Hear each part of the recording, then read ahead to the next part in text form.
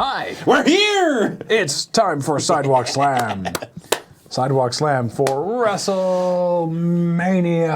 WrestleMania. Yay, it's the best time of the year. It's the ultimate thrill ride. Yeah. What a. I don't remember them saying that slogan. much during the show. Did they say it a lot during the show? The announcers did. Yeah. I think it was more in the lead up.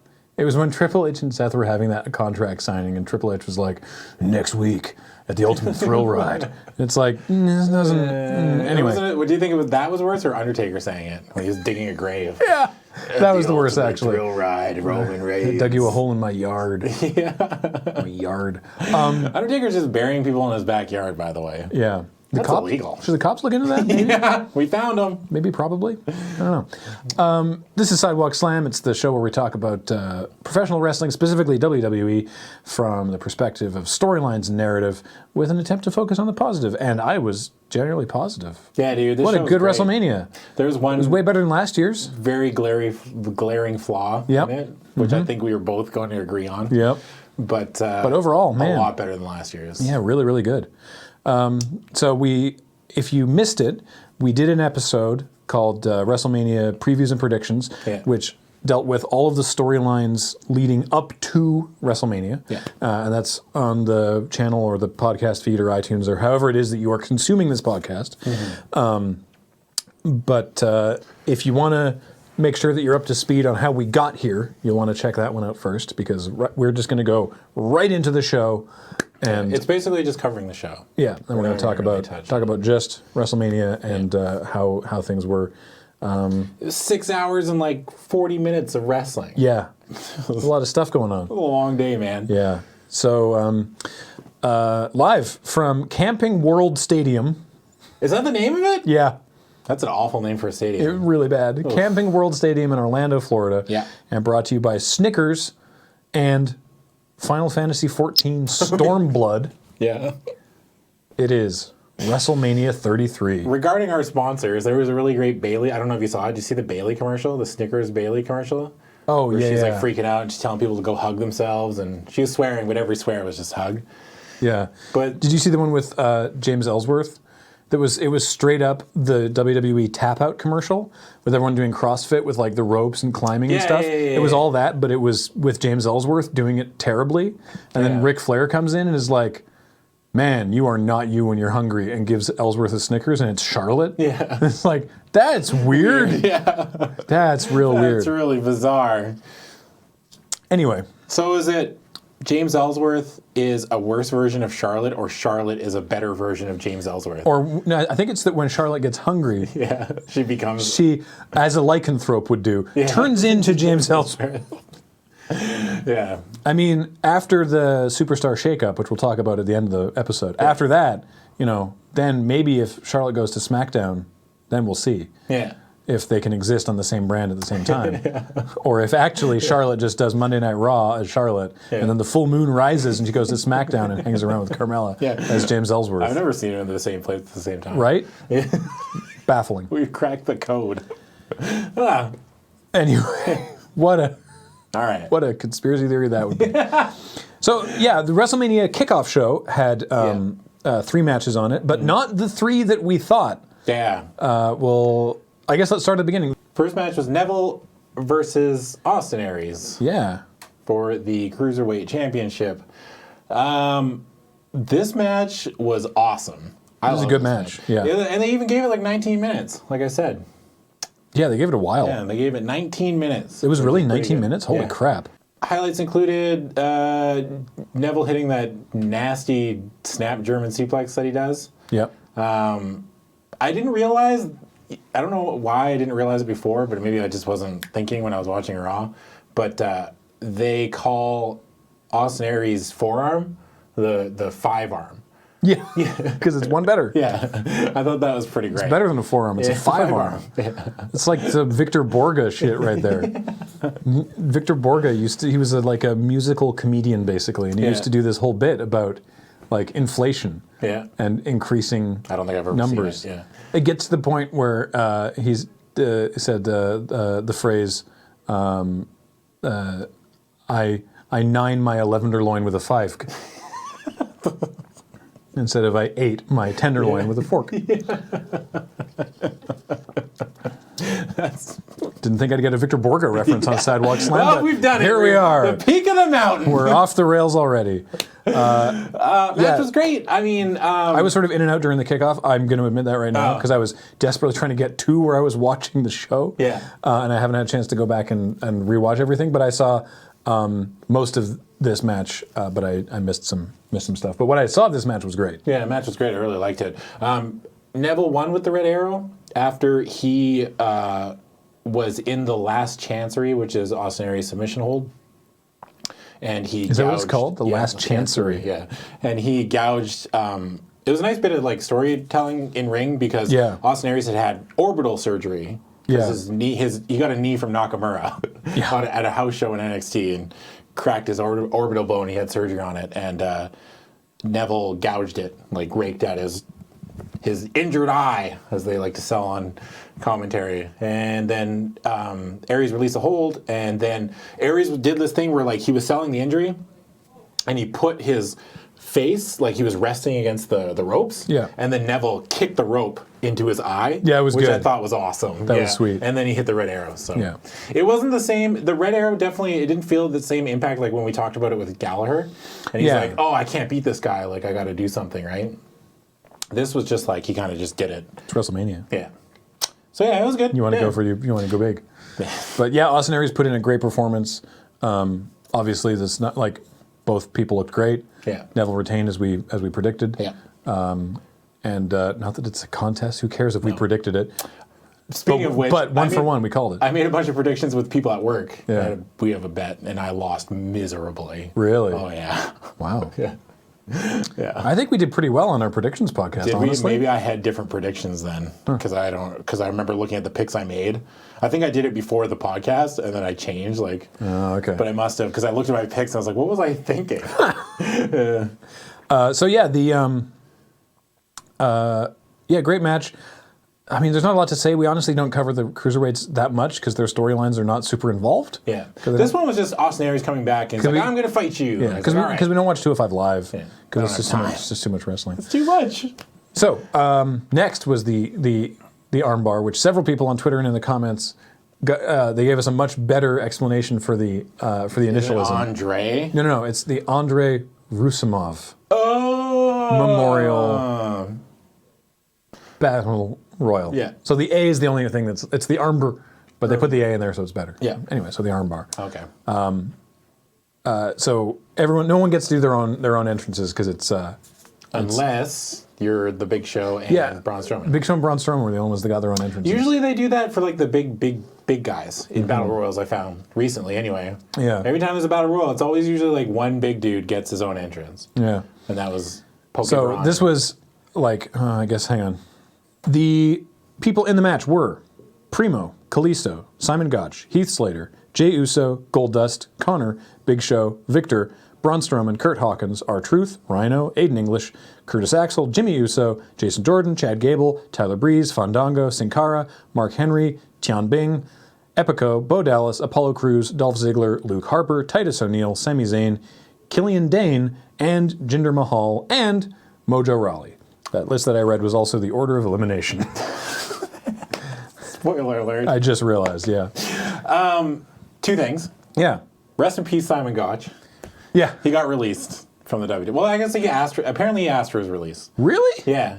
That's what I read. Huh. They mutually agreed upon release. Interesting. And then... So, rip Vaudevillains. Yeah, the Vaudevillains are done.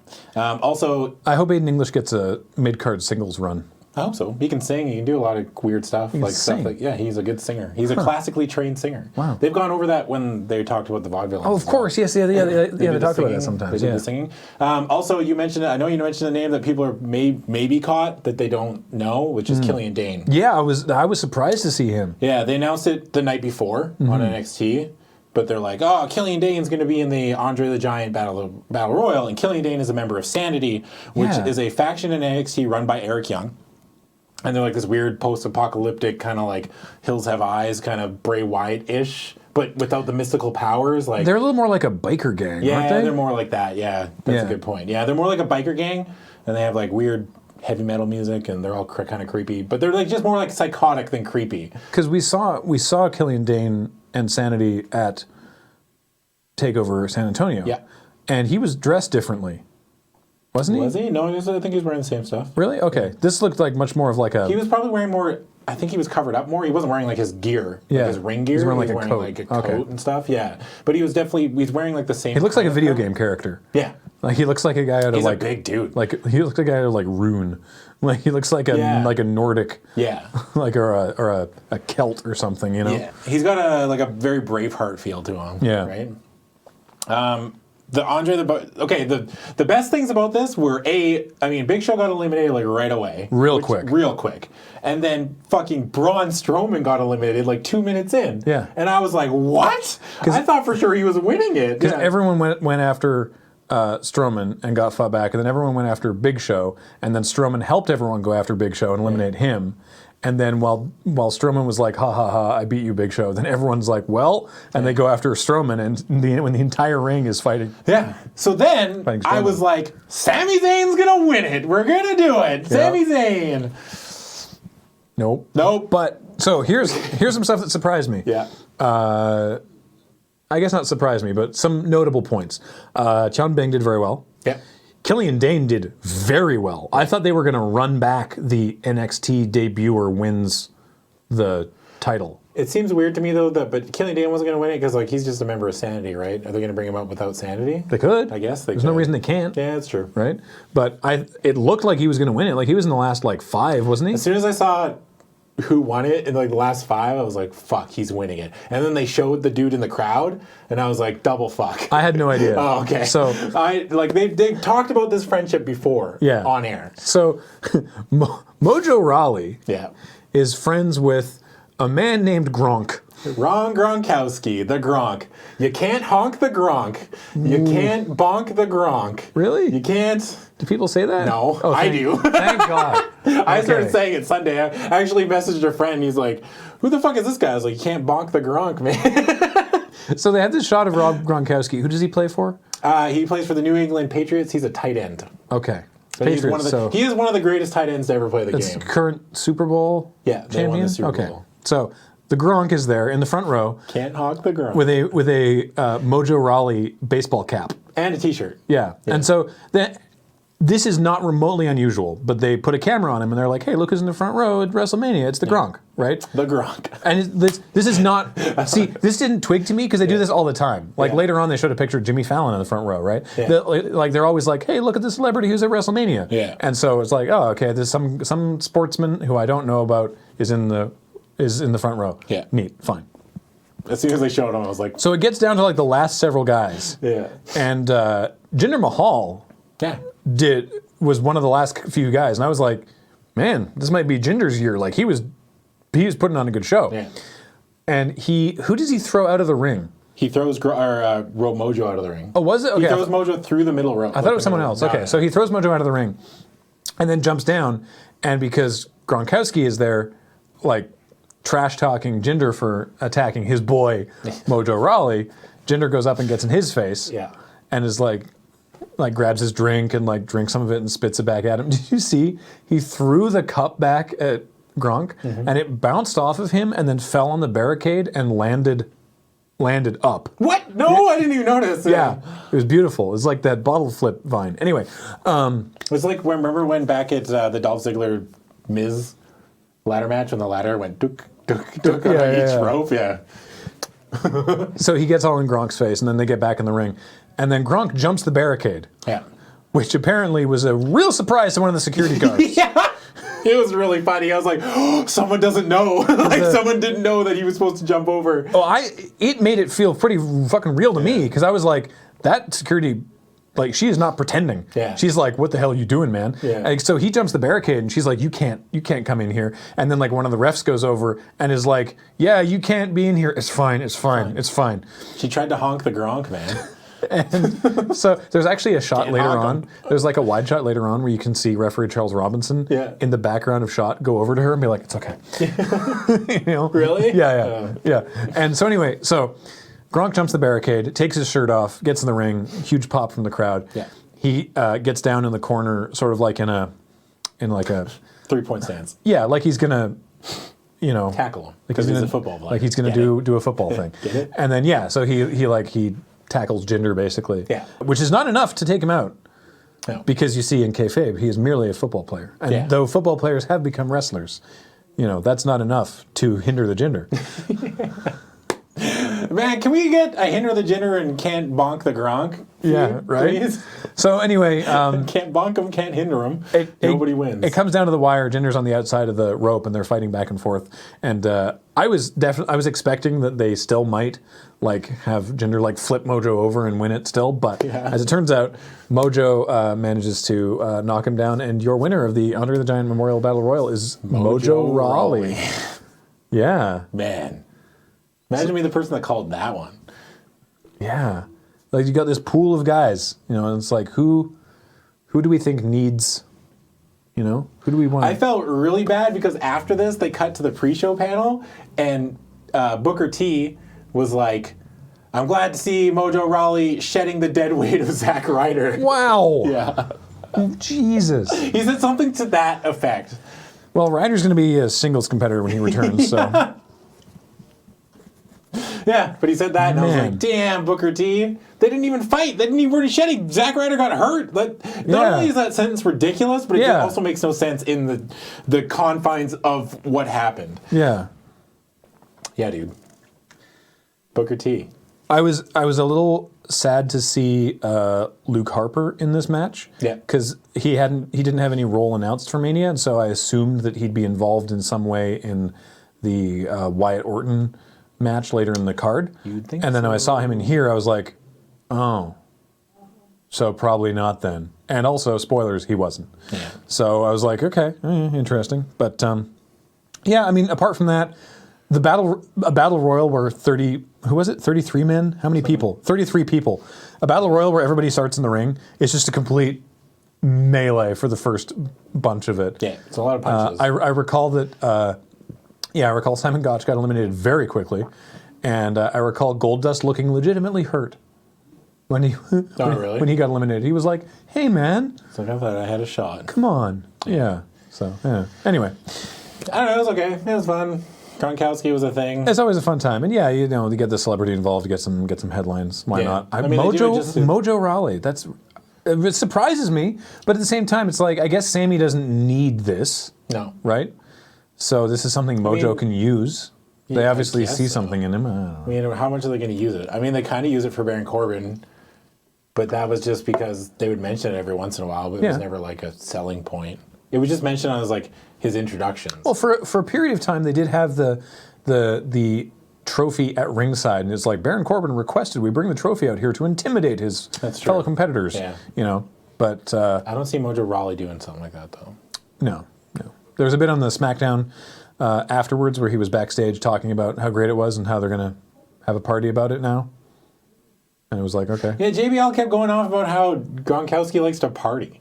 That was like his thing. Yeah. He kept bringing it up over and over again. Yeah, I don't know. I don't know, man. JBL. I love you though. Anyway, I guess we'll see where it goes. But I mean, yeah, like I said, I assume that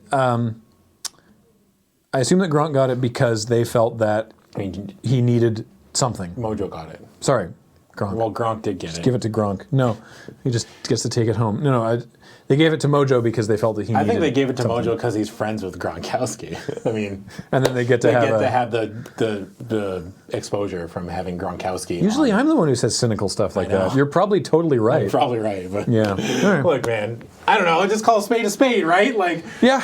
It's not a super relevant match. yeah, it's just whatever. The last match on the Kickoff show, Yeah, the Intercontinental title match with Dean Ambrose defending against Baron Corbin. yeah. Now, originally, it had been the SmackDown women's match, the six-pack challenge.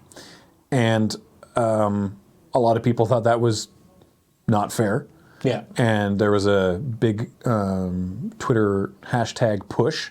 It was like "Give SD women a chance" or something to that effect, and it worked. I remember Becky Lynch tweeting like, "Holy crap, you guys, you did it! Thank you. This is amazing."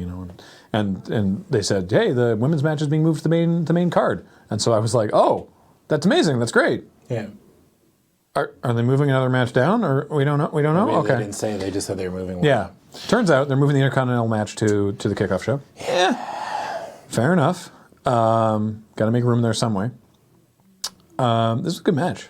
Yeah, I liked it. It did feel like a standard kind of. It could have been on SmackDown. Yeah, I felt that way too. I don't know if it's because, like, they were both kind of upset because they got. But I don't know. Like, I don't know. I don't know how they felt. Yeah. And I don't know if it was just like they were cut on time or there's. They were so another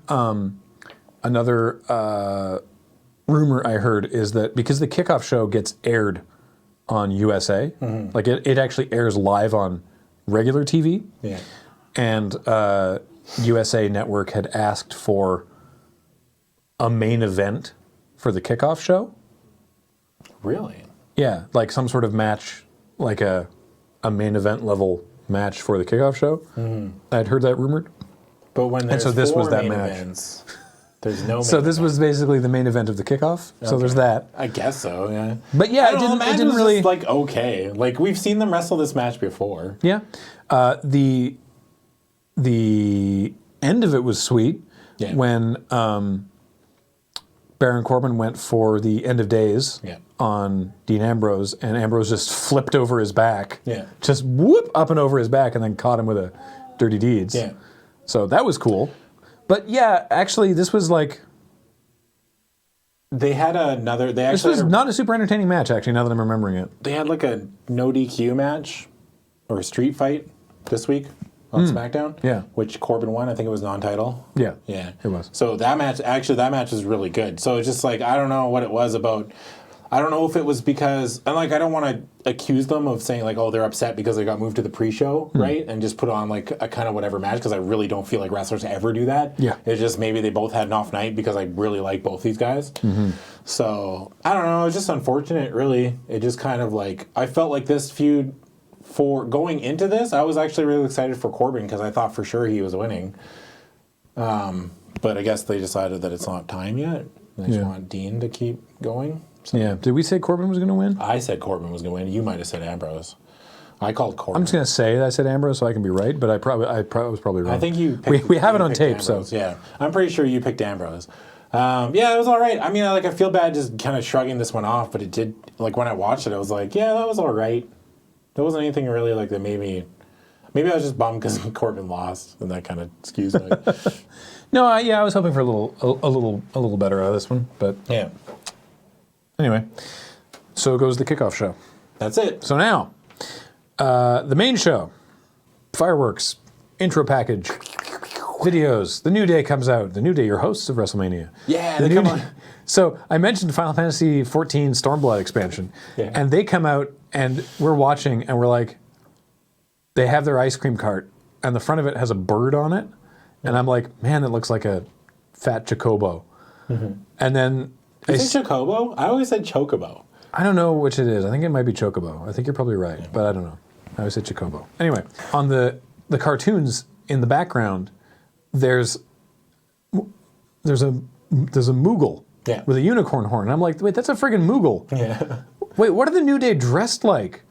What is going on? And then when the announcers comes in and is like, by the way, it was brought to you by Final Fantasy. Yeah. And I'm like, oh, so they're actually like, it's legitimately is a chocobo and it is a Moogle. How about because Final Fantasy Stormblood is one of the sponsors, is one of the sponsors, and they're all dressed like Final Fantasy characters. Kofi's dressed like a red mage, and yeah, how was it this part where Michael Cole was like, guys, I think I saw Moogle! Like, there was a pause in between where he said, I think I saw a pause, look down, Moogle, he also and Chocobo. He also said, quote, Michael Cole, I love Final Fantasy.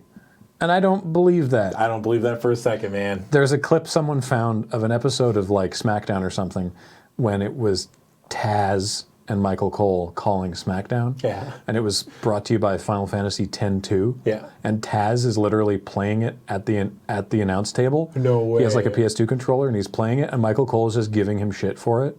Oh, really? Yeah, and he's just like, what are you doing? This is dumb. You're being stupid. So you don't like Moogles. Exactly. We've fucking caught you in a lie. We went to the tape, Michael Cole. Was Taz playing video games like someone who doesn't play video games? I think so. That thinks that, you know, people... When push they every button all at once. Yeah, they're just like...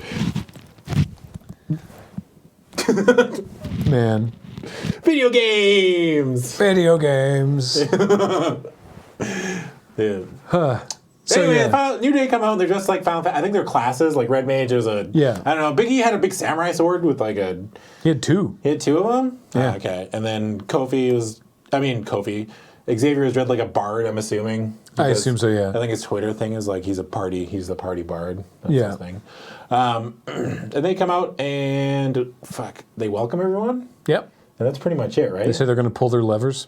Oh yeah. And Xavier's like, no, just one lever. Yeah. That sounds rude. We're not going to pull our levers. Anyway, so what's your curtain jerker? What's the first match of the night at WrestleMania 33? What did you think it was going to be? I thought it was going to be Dean Ambrose and Baron Corbin, so I was like, I have no idea what's going on first. Okay. Turned out it was Shane McMahon versus AJ Styles. Yep, sure was. And you know what? In the surprise match of the night? Yeah, dude. Like I'm not saying that this match was the match of the night. I'm saying that this was the one that surprised me. This was way better than anyone thought it was going to be. Yeah. I would even say this was probably the best match of the night. This was 20 minutes. Yeah. And it was good. I would like to say that I got on Twitter beforehand and I said this match will surprise people. Yep. I had faith in AJ Styles as the best in the world. And I had like minimal faith in Shane. Like I just didn't like no offense to Shane, but he's not on the level of AJ Styles. Absolutely. But AJ Styles is that much better than everyone else that he can make Shane McMahon look like $1 million. At the beginning of the match, AJ just says to Shane, I'm going to embarrass you. Dude, also in the beginning of the match that I fucking loved, this made me so hyped, Shane like postures up with closed fists and AJ's like, hey man, no closed fists. He says that's a rule, is you're not allowed to hit people, apparently, you're not about, because you know the ref goes, hey, no closed fists, that's a thing. I think it's in the rule book. But like people hit each other with closed fists all the time. But the ref likes to bring it up when the heel's doing it. Roman Reigns and Big Show both have finishers that are literally punch the guy in the face. Look, man, I don't write the rule book. Okay. Surely the closed fist thing can't be a rule anymore. I think it is still. Because they always did it to heels. Because the heel would do it, and the ref would be like, "Hey, no closed fist." And the heel would be like, "Screw you, ref," and then he'd hit him with a closed fist. Weird. But it was awesome when AJ did it, because I was like, what a throwback. Like, it's so great. It reminded me of, like, the 80s. Yeah. And Shane, who normally just sort of, like, dances around and gets in, like, a flurry of punches and stuff. Does Shane have the worst punches in wrestling? They're not great.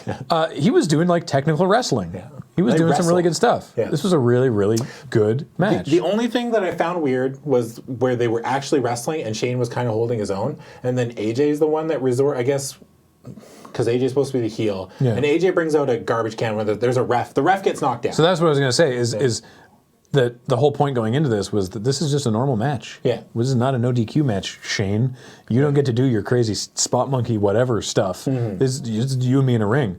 And I don't know why I didn't think of ref bump as being a possible thing, but Shane has AJ back into the corner, and AJ goes for this, like, kick. There's a word for it. I don't know. Pele kick? Is it a Pele kick? I guess. When the ref gets knocked over? Yeah. I can't remember if he goes for the Pele kick or not. It's a jump kick, based like he jumps up and just kick. Yeah, I guess it is. Anyway, it is an enziguri. Anyway, so he misses Shane and takes the ref out. Yeah. And I'm like, oh right, of course. Ref bumps. Yeah.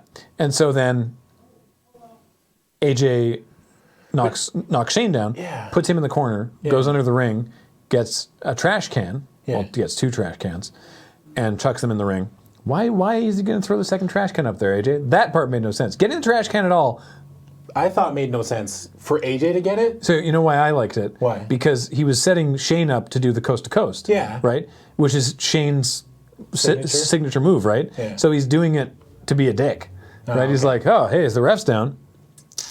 You know what I could do? I could make Shane look like an idiot with his own move. Even though it's not... Like, even though you're right, he's being hypocritical. Yeah, because like the whole thing going into this is like, you can't beat me in a regular wrestling match. And then I think that bringing the weapons into it was like, in kayfabe was like, you're giving Shane a chance because then you're taking him back into his element. Yeah, which I think was a cocky mistake on the part of AJ's character, which I liked. Fair enough. But You can not like it, don't worry. Okay, maybe it's just me being like such a mark for AJ Styles. Like, he wouldn't do something that stupid. Like, you know what I mean? Like, maybe my vision's clouded. Like, maybe a little marquee, sure. Yeah. He wouldn't do anything that dumb. Shut up. My dad could beat up your dad. So the coast to coast, by the way, I think we've talked about it before, is a move where you put the guy in the corner, sitting on the ground in the turnbuckle, you wedge a trash can or other foreign object, but with Shane, typically a trash can, in between the ropes. And then you jump from one turnbuckle to the other and kick the trash can into their face. It's pretty impressive. Rob Van Dam was the first person to do it, I think. Yeah. To know, actually, before this, I think before the trash can Didn't Van Dam usually do it with chairs? Yeah, he did it with a chair. It was called the Van Terminator. Yeah. The trash can gives you a little bit more leeway and makes it safer also. Yeah. Before this spot, like the trash can bit happened, I think didn't Shane turn... AJ went for a springboard 450, and Shane caught him into a triangle choke, which was hella impressive. Yeah. Yeah, it was like super like, holy shit, dude. It was good. I thought they were going to make Shane win this match. And I almost jumped out of my seat a couple times. Like, I was like, oh no, please. Please. It looked convincing. Yeah. Right? That was good though. It got me more into the match. Yeah, exactly. It looked like a match that definitely could go either way. So AJ goes for this coast to coast on Shane, and Shane manages to stand up and catch him with the garbage can in midair. Yeah. And then put AJ in the corner and set him up for the coast to coast. This is when I thought AJ was going to lose. Yeah. This is when I freaked out. And because he connects with the coast to coast. Yeah. And the ref is still like, what's going on? Because he jumps over the ref. Yeah. To do this. Look, man, when a ref takes a bump, like, that's it. Yeah. You're out for at least 30 seconds to, anywhere from 30 seconds to 8 minutes. Yeah. There's a rough broad range of how long you could be out. Yeah.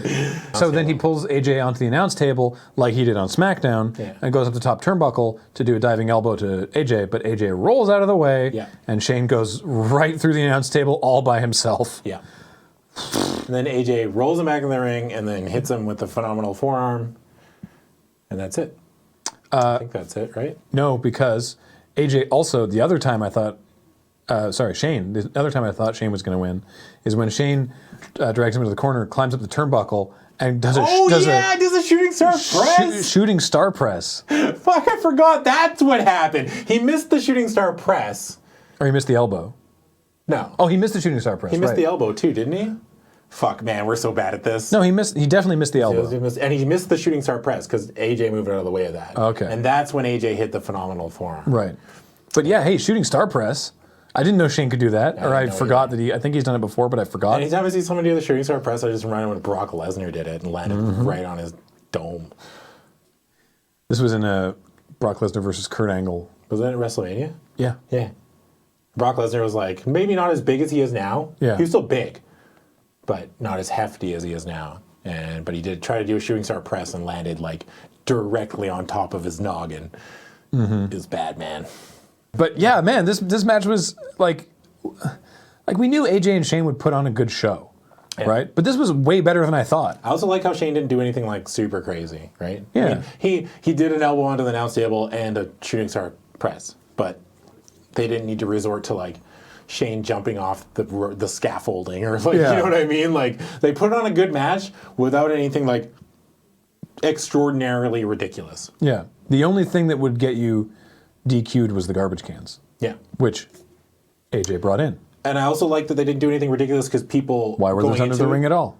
Yeah, that's a good point. Why are the garbage cans under the ring? I don't know, but they're always there.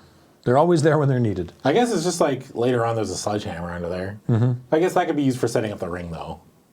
Yeah, but probably not. Probably not, yeah. Sorry. I'd like to think we've moved on from sledgehammers. But I do like how the story going into this was Shane can't wrestle a regular match. And they didn't resort. They actually tried to wrestle a regular match. Yeah. Like he didn't have. I mean, the coast to coast is like it's just kind of tame by usual Shane standards. I guess. Like Shane didn't look awful. Yeah. Like AJ said he would.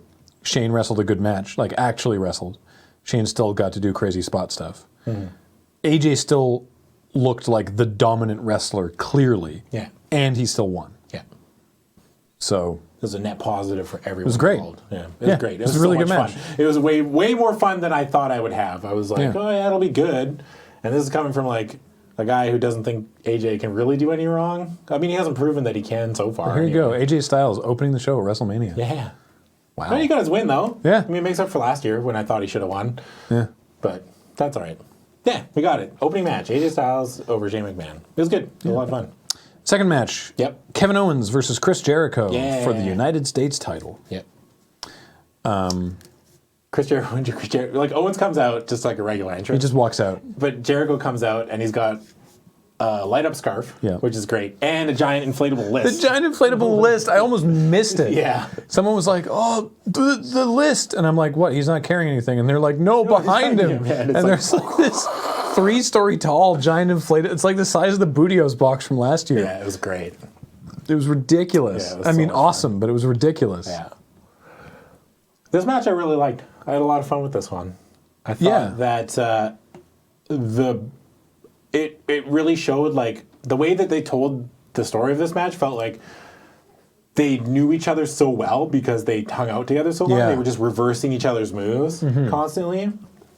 Owens tried to put Jericho in the walls at one point. Yeah. Yeah. Or he did. He got him. Oh, he into got him it in the walls. Yeah, eventually, right. Because Jericho turns.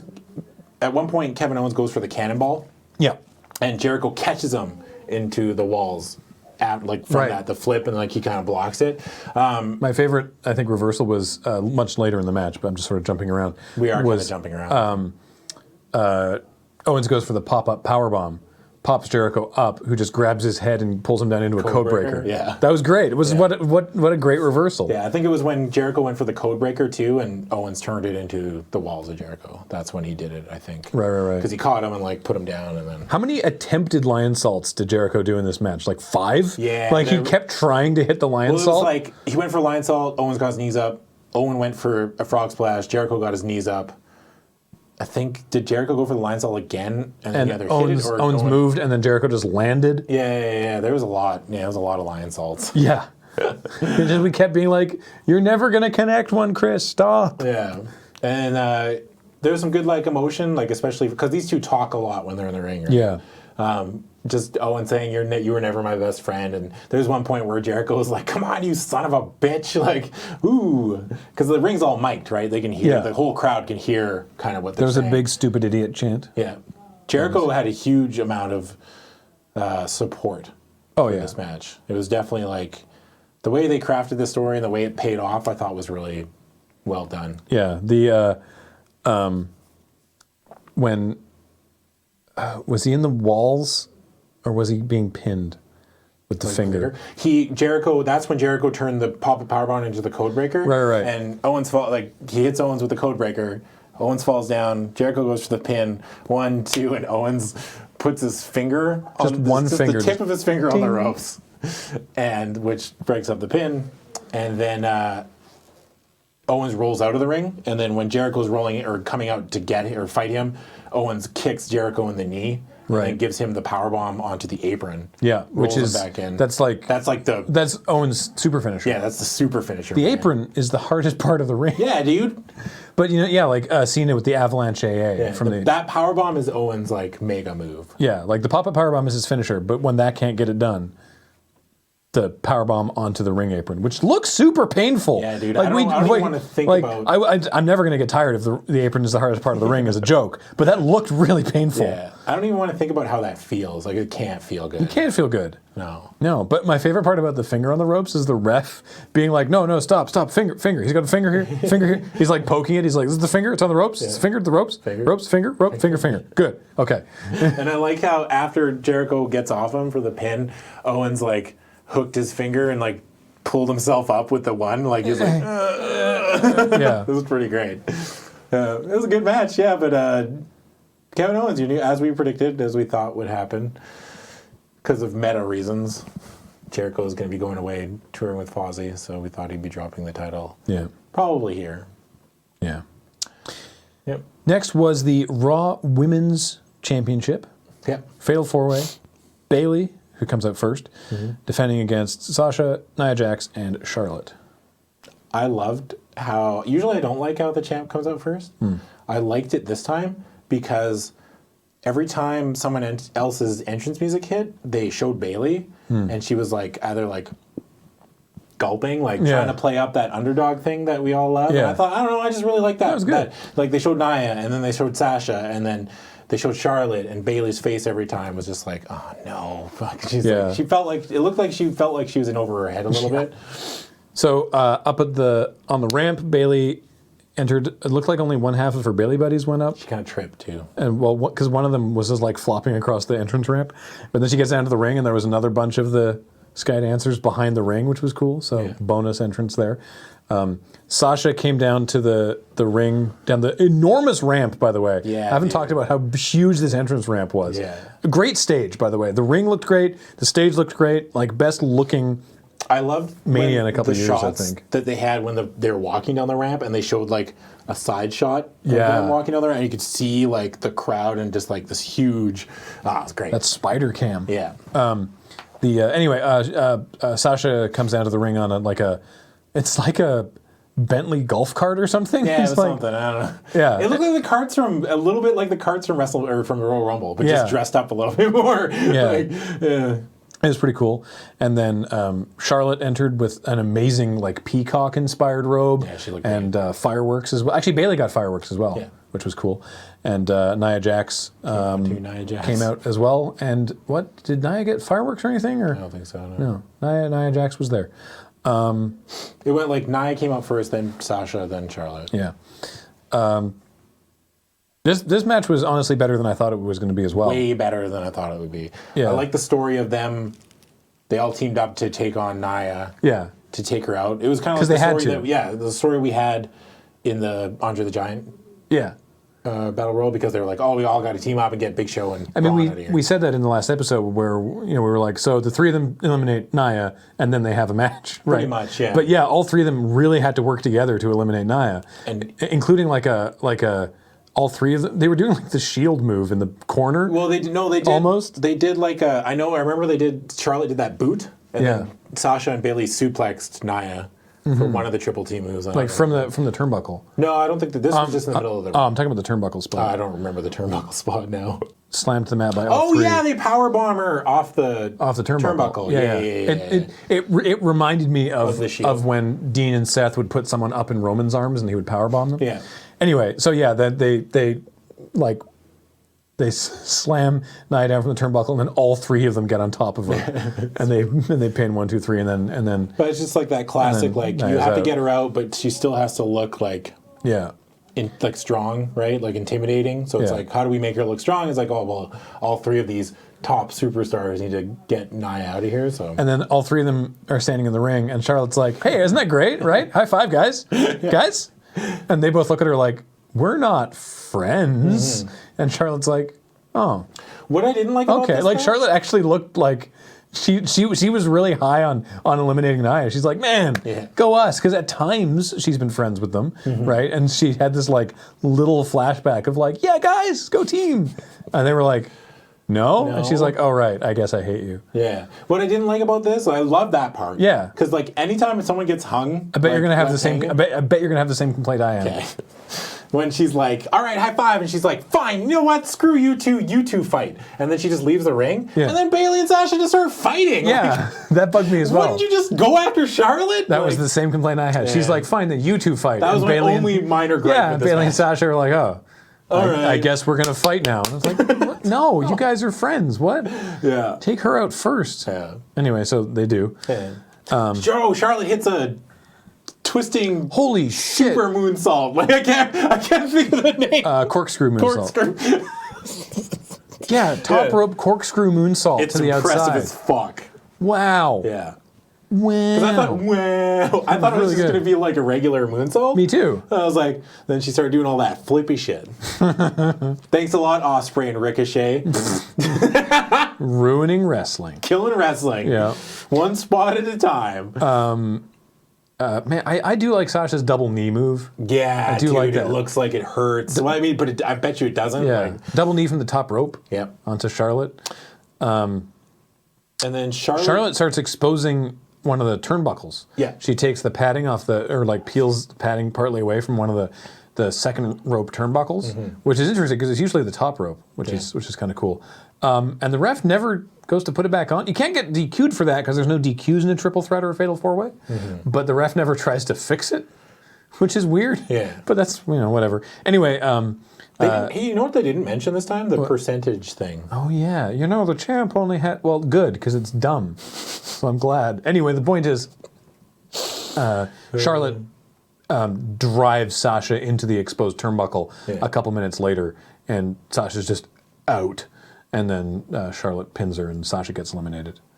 So now it's, Do you subscribe to the conspiracy theory that someone at WWE watches this show? Is it a conspiracy theory? I don't know, but I'd like to make it a conspiracy theory. Sure. We heard Ultimate Face Punch Extravaganza. I want to believe. On SmackDown, and then Corey Graves mentioned like the wrestling will continue until morale improves, or something. He did not say that. He said something about morale will improve, and it was it was in regards to some form of wrestling, I think. What? Someone tweeted at me about it. I didn't see that. And then there was another thing. There was one more thing. Somebody, but anyway. Man, they didn't mention the percentages, so there's got to be something. We need a what's the word for it? We need a shibboleth. The fuck is a shibboleth? That we can. It's like a vocal thing that it's like a vocal. It's like a code word. Oh, like when you told me about the Austin Aries banana thing. Yeah. We need like a something they can do. Something they can work in that wouldn't seem completely out of place, but wouldn't make sense unless you were watching this show. Yeah. There's got to be something. But I really don't think anybody watches this show, but I don't think so either. But now this is how the things now I'm trying to think of a show. There was another thing that somebody said, and people were like, "Oh, do they watch the show?" It's like, no, they don't. But it's cute. We joked, by the way.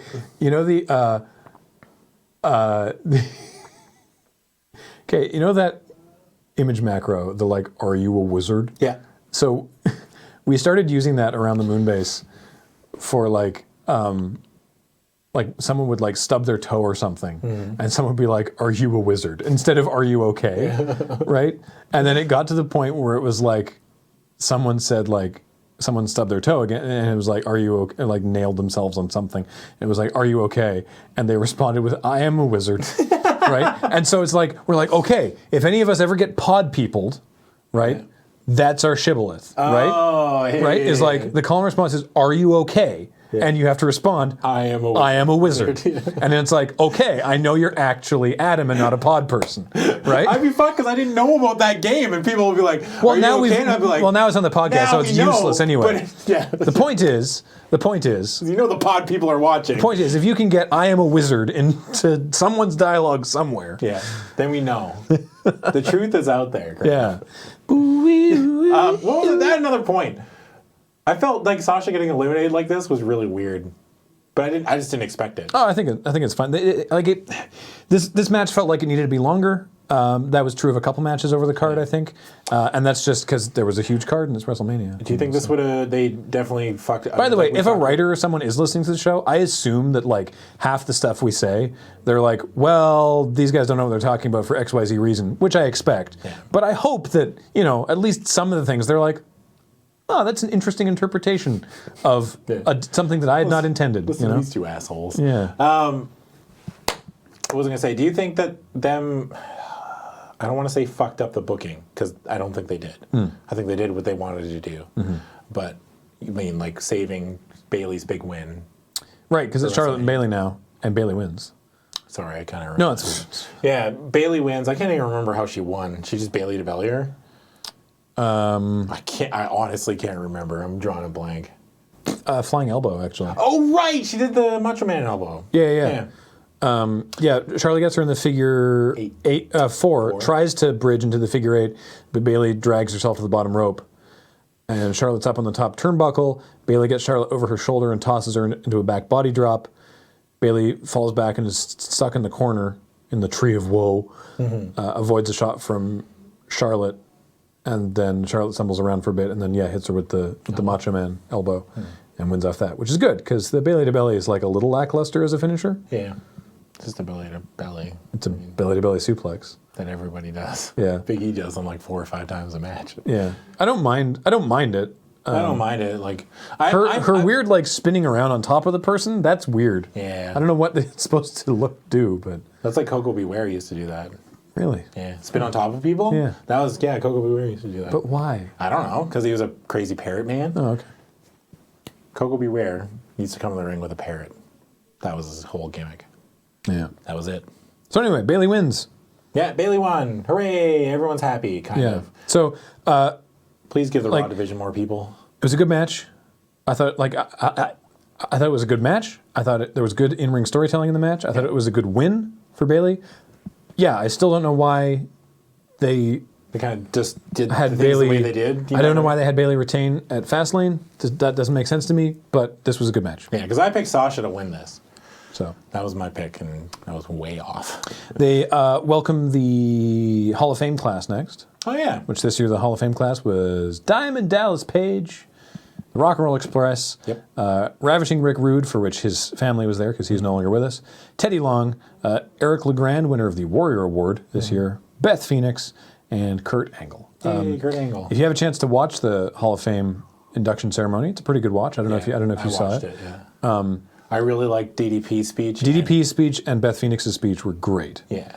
The Rock and Roll Express was two drunk men rambling for a few minutes, but Jim Cornette's induction speech of them was great. Yeah. Although my favorite quote from the Rock and Roll Express during that was like, by the way, we are still active, and our independent booking fee just went way up. I like the one where he's like, I got eight daughters and sons, and or nine.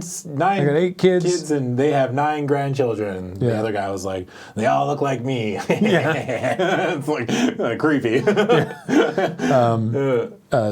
JBL and Ron Simmons inducting Teddy Long was their bit was really funny. Yeah. And Teddy Long's bit was funny too. I like that Teddy Long was a very no nonsense. He's like, nope, I'm just going to come in and say my bit and get out of here. Yeah, pretty much. Which was cool. DDP and Beth Phoenix's speeches were really emotional and great and like really, really good. Kurt Angle's speech was sort of like just a best of Kurt Angle memes. I still liked it though. It was great because he made a point, right? I like the things I remember. Yeah, and I like those things too. Exactly, right? But I think the point was though, he's like, his whole point was just like, you have to don't be afraid to make an ass of yourself. Like if you're doing something that you think is going to make an ass of yourself, because it might be the best thing to happen to your career. Yeah. Which is true, because all that stuff that Kurt did was the stuff that we remember, right? Yeah, exactly. Like, I mean, Kurt's matches were all great, but when you tell me Kurt Angle, the first thing I'm like, oh, when he drove it on the milk truck and sprayed down everybody, or doing the stuff with Edge and Christian, or the stuff with Stone Cold. It's just like the matches are like almost secondary. Mm-hmm. Apparently the cowboy hat thing with Stone Cold and Vince wearing cowboy hats and Kurt wearing a little cowboy hat was like I want to say like San Antonio, like in an airport in Texas, and Stone Cold like saw the hats at a gift shop and then just started laughing to himself and was like, oh, this will be great, and went over and bought 2 regular hats and 1 tiny hat. I was just like, hee. I mean, Kurt made Kurt wear the tiny hat. And apparently it was just really funny. And it was great. It's a classic, So, that was cool. Check out the Hall of Fame ceremony. And we all got to cheer "You Suck" at Kurt Angle with his music. It's so weird. It's a term of endearment. It's weird how endearing it is to hear a crowd full of people with the utmost respect chant "You suck." The way Kurt Angle's music goes, there's like a horn, and it goes like and they cheer "You suck, you suck." Yeah, with the music. You suck.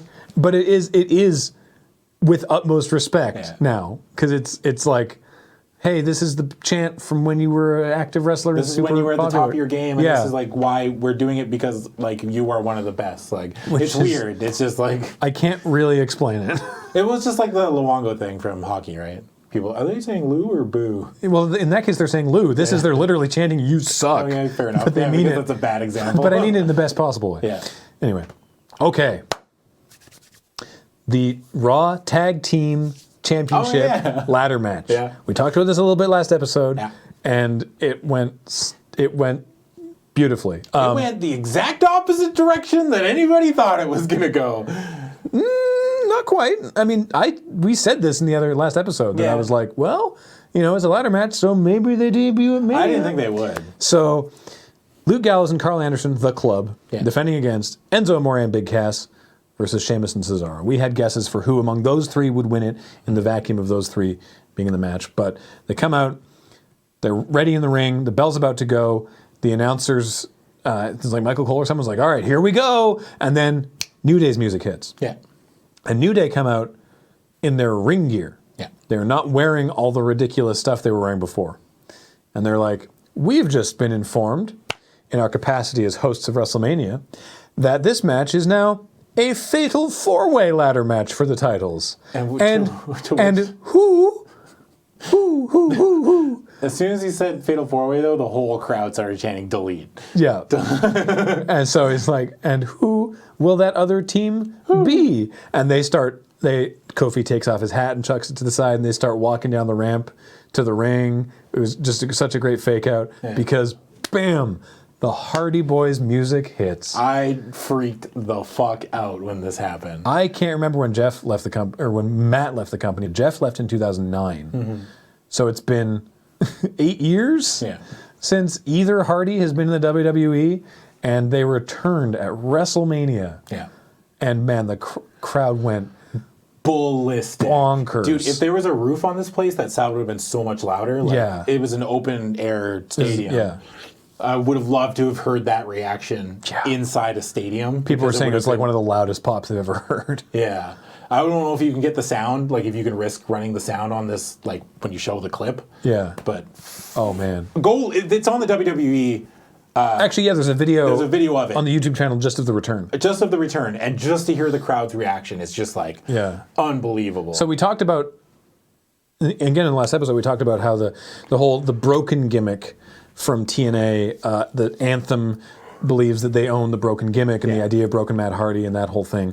And there's still, that legal action is still ongoing. And so this was Matt and Jeff, the Hardy Boys, as their characters, the Hardy Boys from, back in the day. Jeff looked like he basically never left. Mm-hmm. But Matt still has a little bit of the brokenness in him. Yeah. He tweeted that the joy from the 70,000 people might have healed some of his wounds temporarily. Yeah. But basically, so he still had his crazy shock of white hair, but his hair was pulled back a bit rather than puffed out. Yeah. And he still made the delete hand signal because you can't copyright that. Yeah. And he was still going, wonderful! Oh, yeah. The way he's like smiling and like walking around with his arms open like he's that. Sort of being like a half measure between Matt Hardy, who was just a guy, and Broken Matt Hardy, who's this crazy, I don't even know how to describe the character. He's a very, very eccentric character. Yeah, and Jeff Hardy looked exactly like Jeff Hardy was. It was amazing, yeah.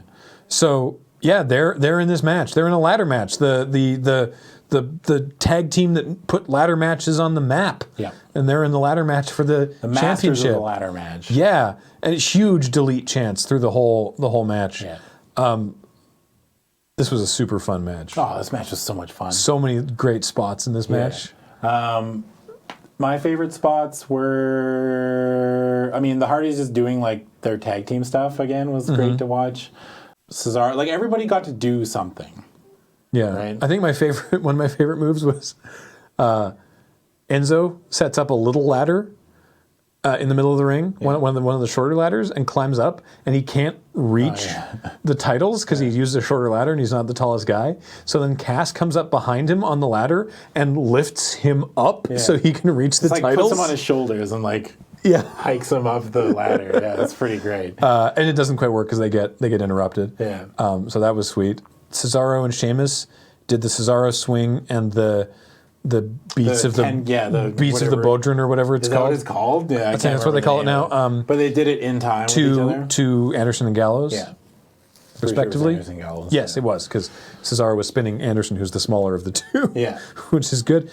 Matt hits a twist of fate off the ladder. Yeah, he does. or Anderson? I think so. Or is it Enzo? They hit, the first thing that happens in the match is that they hit Poetry in Motion on the club. Yeah. Which is cool.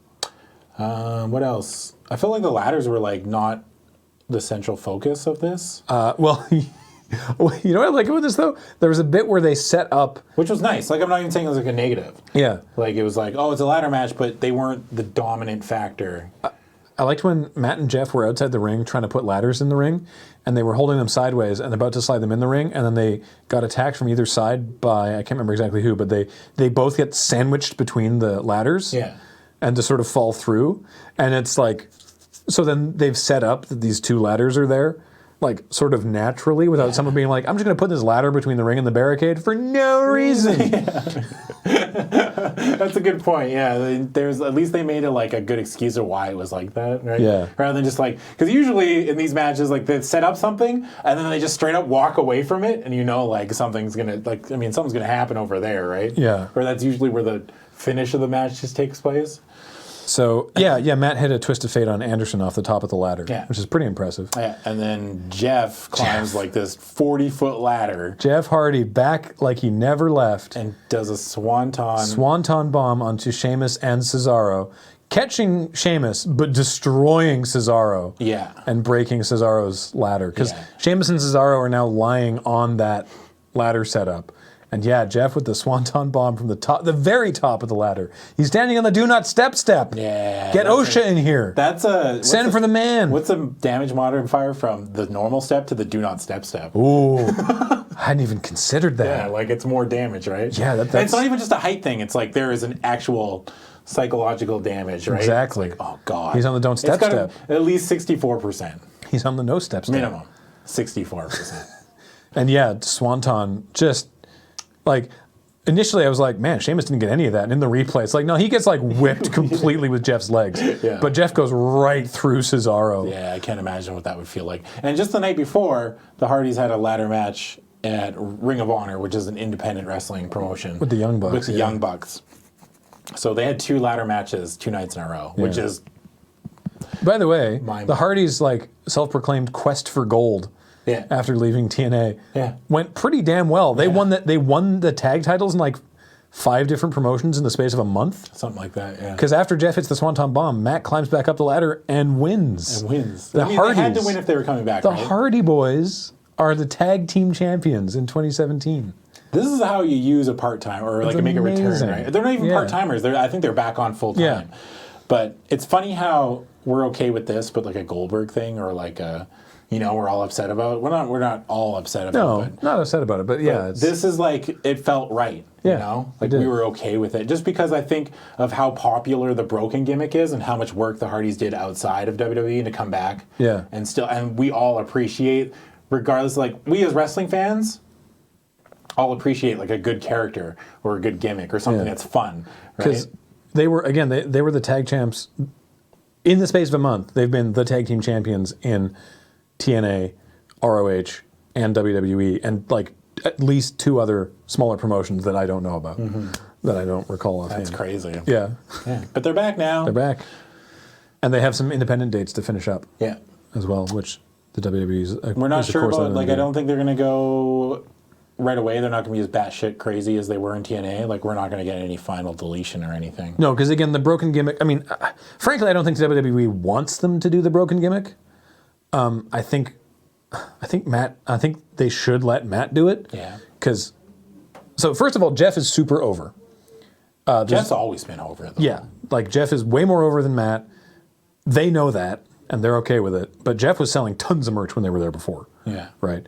And, Matt, I think it is to Matt's benefit to have the broken gimmick, and I hope that they can work it in slowly at this point, basically. Because the thing is, the majority of viewers are not going to know about it, right? So start from the Hardy Boys. We get a fresh storyline, like a fresh broken storyline, like if we basically have a rift between them, and then have Matt become broken Matt Hardy. And they don't need to go the whole Brother Nero final deletion angle with it, but to give Matt a character.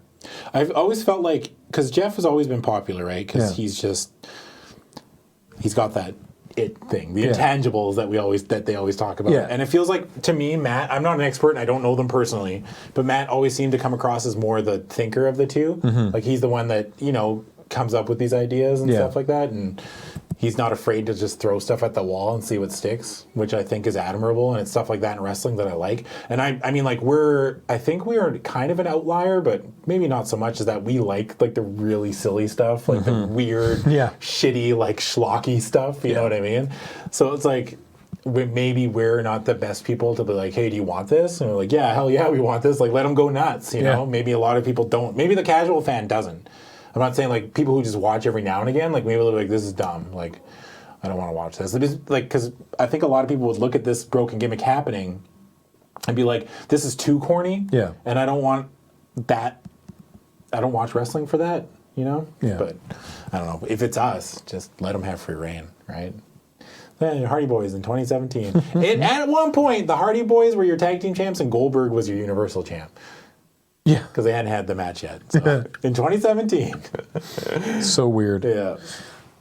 Next match was John Cena and Nikki Bella versus The Miz and Maurice. How good was the promo package for this match? Oh, yeah. Oh, it was so good. Yeah.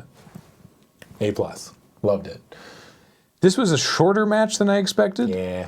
But And it's not the result I wanted. no, and it's not the result that really made sense to me. Yeah. Because, brief aside, great to see Maurice back in the ring. Yeah. She was great. She was good. I mean, honestly, all four of these performers are great, so there's no problem with that. Like, they can all put on a good show. But the match was, it was Miz beating the shit out of Cena for, like, this was like a 10-minute match. And it was Miz beating the shit out of Cena for like 8 of those minutes. Yeah. And then Maurice and Nikki having some back and forth, and then Cena and Nikki win suddenly. Yeah. It was like 5-knuckle shuffle into attitude adjustment / rack attack 2.0, and that was it. And the crowd was firmly behind Miz for this whole match. Oh, yeah. We're like, please, Miz, win. But I think the storyline of this match was going into it was, I mean, we were supposed to be booing Miz and Maurice because they are trying to rub in the fact that they are married to John and Nikki. Yeah. And since we as wrestling fans will always gravitate more towards the stuff that we find more entertaining, The Miz was infinitely more, and it's against John Cena. Yeah. So it's like The Miz has been super entertaining this whole time. We want Miz to win because it feels like he's been working the hardest, quote unquote. The turning point also is that Miz got cocky and like got up in Nikki's face and was like, and then Nikki slapped him. That's what it was. And he got, so that like dazed him for a bit, enough time for Cena to throw him over the rope, and then they did a synchronized 5-knuckle shuffle. Yep. To their respective opponents. Finisher, and then into their finishers. Into the. Yeah. I didn't realize that the attitude adjustment and the rack attack have the same setup. Yep. Yeah. In fact, they're very similar moves. Yeah. They're both like a fireman's carry into some kind of slam. Yeah. But anyway, Maybe the rack attack 2.0. 2.0. Can't do the old rack attack because her neck's fucked. Yeah. So I think this was Nikki's last match. Was it? I think they alluded to that or something. I don't think it was. No? No. Well, I don't know. Anyway, and then after this match happened, Guess what?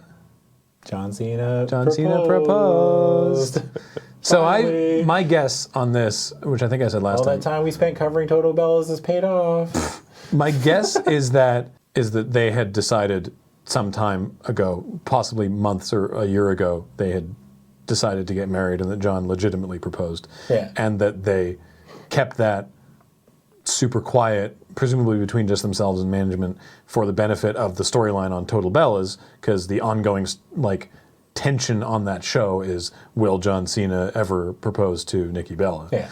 And so then allowing them to use it in, like, I do not believe that this was the time when literal John Cena actually proposed Like actual person. to, John Cena. what did he say? He used her real name. Yeah, like I can't remember Stephanie what it was. Perez, whatever. Something. I do not for a moment believe that this was a surprise. Yeah.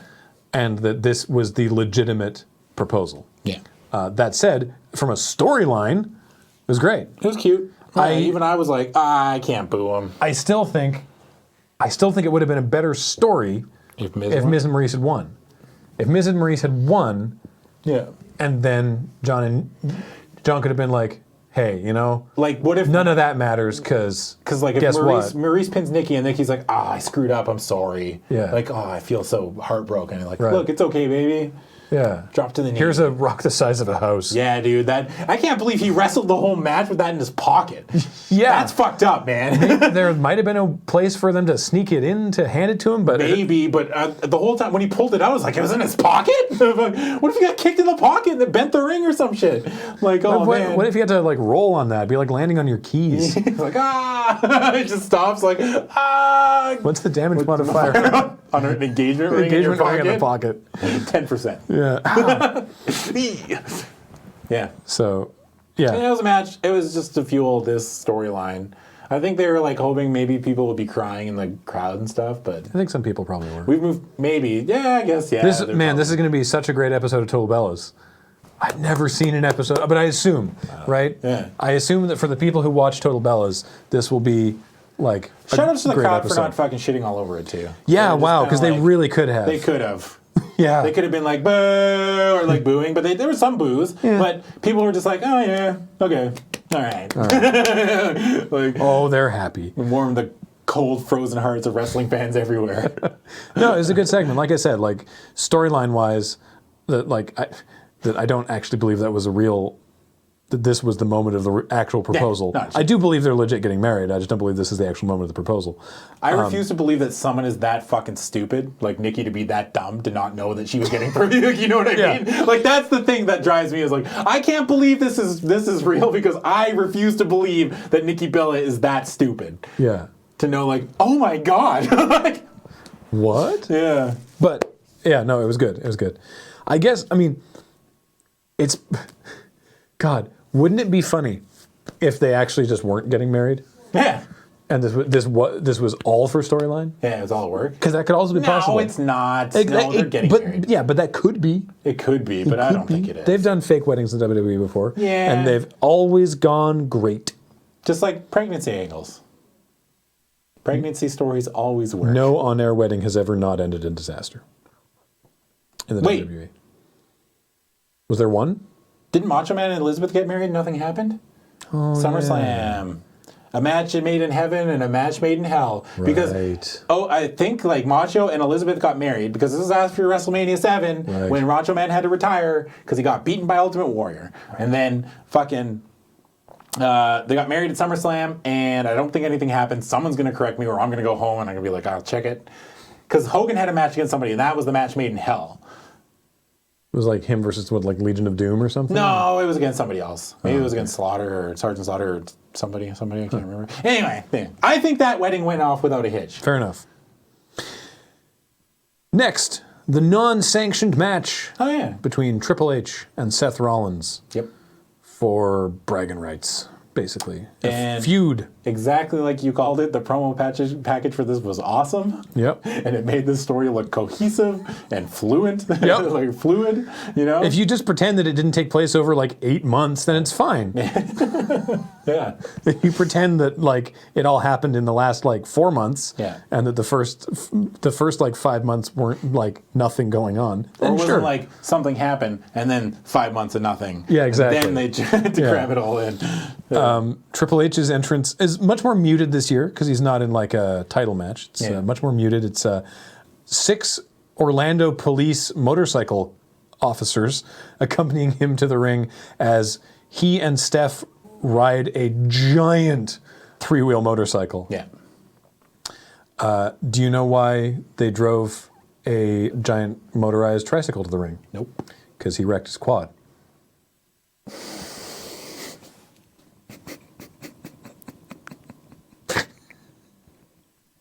Shoutouts to whoever it was on Twitter who made that joke, because that joke was great, and I can't believe I've been sitting on that one. Oh, that one's great. I can't believe you hadn't seen that. No, I hadn't. Yeah, they had to drive a 3-wheel because Triple H wrecked his quad. I tweeted "Creator Destroyer Law Enforcer." Yeah, right.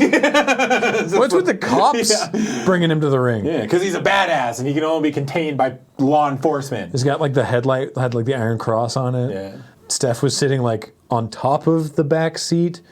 I don't know. Yeah. In like the tightest vinyl pants. Yeah. Wow. Those tighty vinyls. Yeah. Honestly, they both look great. Their outfits were like, dude, how good pretty is terrific. If I can look 10% as good as Triple H does Jeez. at his age, the man, he looks better than he did when he was like a full-time wrestler. Yeah. Wonder The what guy happened. posts like midnight work. The guy's a machine. He sleeps like an hour a day. I mean, also, as you say, when he was a full-time wrestler, because he's not a full-time wrestler, He has more time to. Well, he doesn't though. he also, constantly working. being a part-time wrestler, doesn't get drug tested. Ooh. He's surely using something, right? Think so? Like testosterone or Maybe.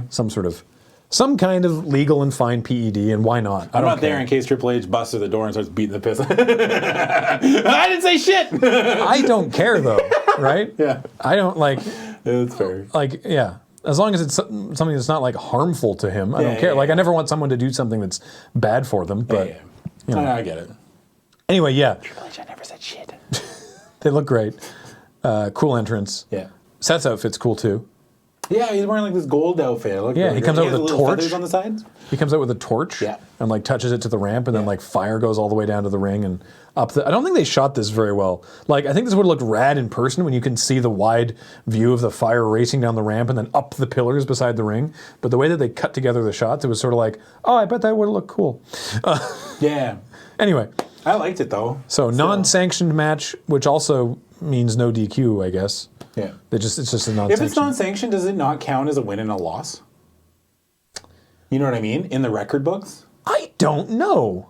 That's what I was thinking the Who whole time. keeps I'm track like, of this? Well, I don't know. Someone I don't get know. William Regal on the phone. But don't they have a win and loss record like on their Wikipedia pages and stuff? Like, I have no idea. but I'm pretty sure that this shouldn't count as a win for whoever wins this match and a loss. Because it's non-sanctioned, since it's not viewed by the WWE machine as an actual match, it shouldn't count as an actual result. So if Seth Rollins gets a title shot, if they say, Right. because you beat Triple H, you get a title shot, I'm going to be the one guy crying bullshit because this is unsanctioned and it never counted. Let me check Pro-Fight DB, the Internet Wrestling Database.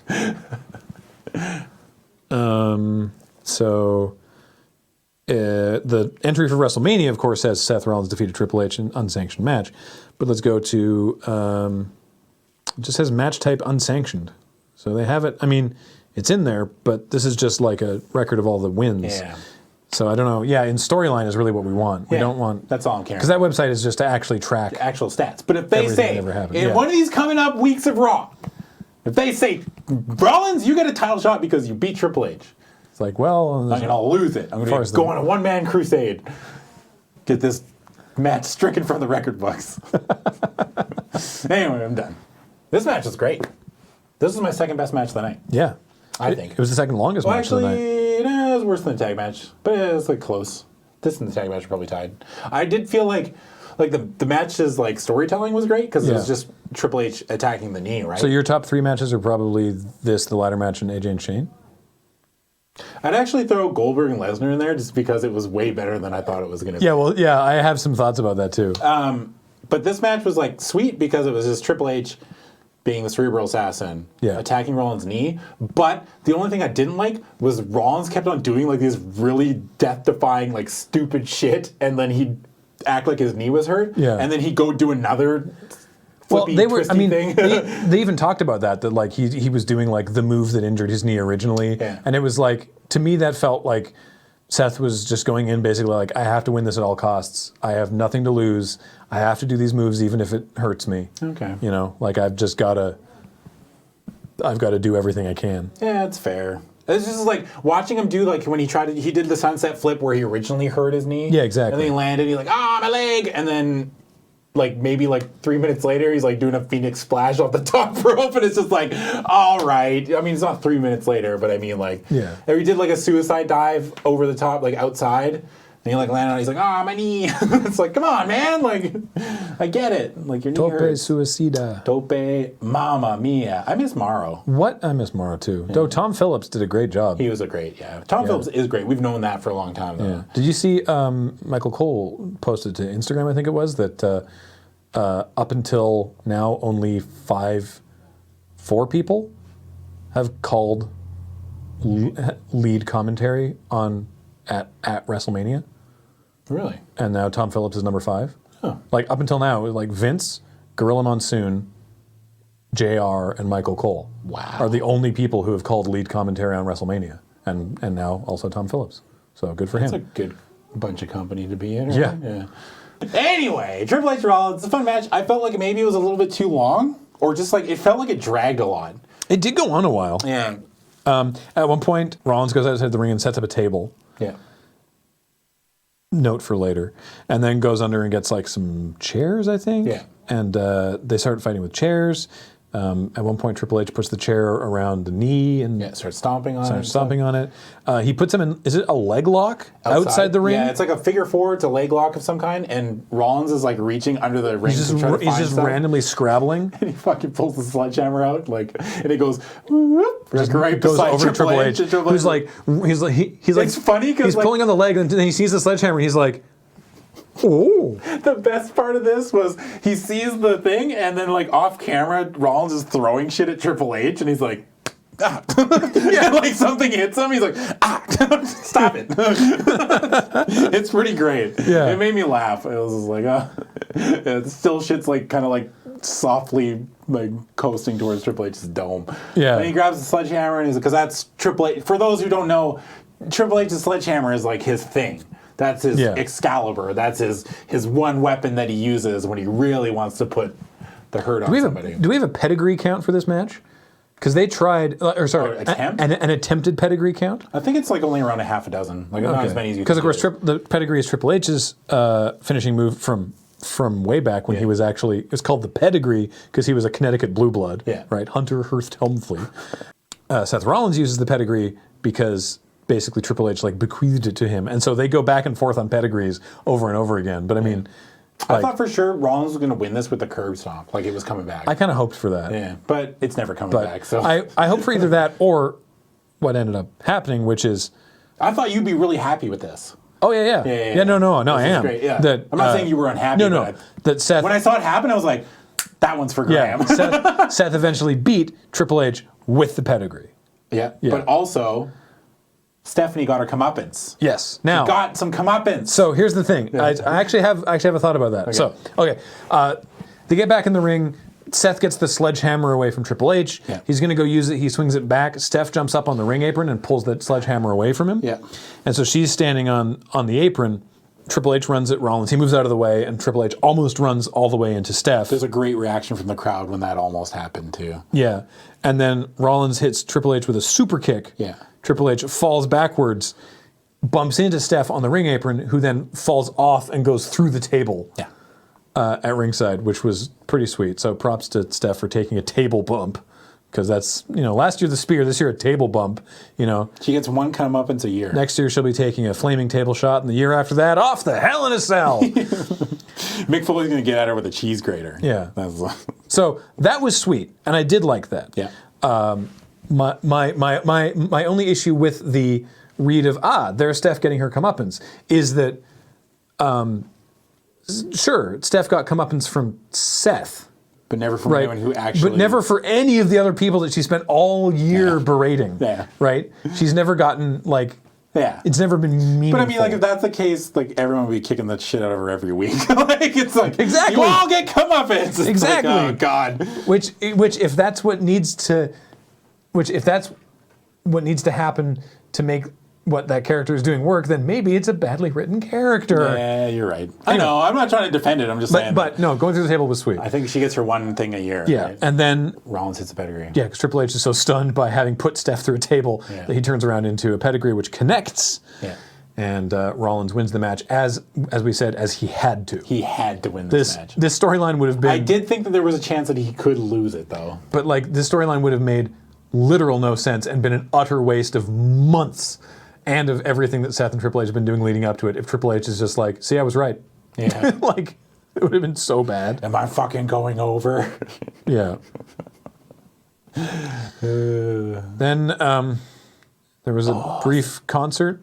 Oh, yeah, Pitbull with... And a bunch of other people I've never heard of. Pitbull with Stephen Marley. Is that Bob Marley's? One of them. One of Bob Marley's kids, yeah. Flo Rida and Lunch Money Lewis to perform the song we've been hearing for months and indeed dozens of time already today. Yeah. Green Light. Green Light. Get to the green line. So, I was... I I was listening to this song during this concert, because this is the first time I heard, the full song, and I'm like, Are they describing a game of like sexual red light, green light?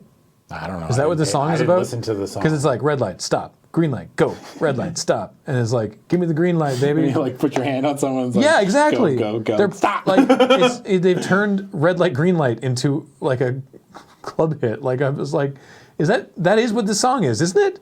This must be. I'm gonna have to listen to it again. It's very weird. I'll do some homework. Anyway, while us watching at home, we're like, I saw tweets from multiple people who were on site being like, look, I know it's cool to like shit on the musical performance of WrestleMania, but you have no idea how much everyone in the arena is thankful for a chance to go for a piss. Yeah, dude. I was thankful. I was like, oh, I get up. Like, oh. Yeah, it was nice. All right. 4 matches left. Jeez. Man, we were doing like a running countdown of like, wait, how many matches are left? Wait, what happened to the Smackdown women's match? Yeah. Anyway. I thought they had cut it. I was worried about that. Because now it's the WWE Championship, the match they continually referred to as the main event of WrestleMania. Bray Wyatt defending against Randy Orton.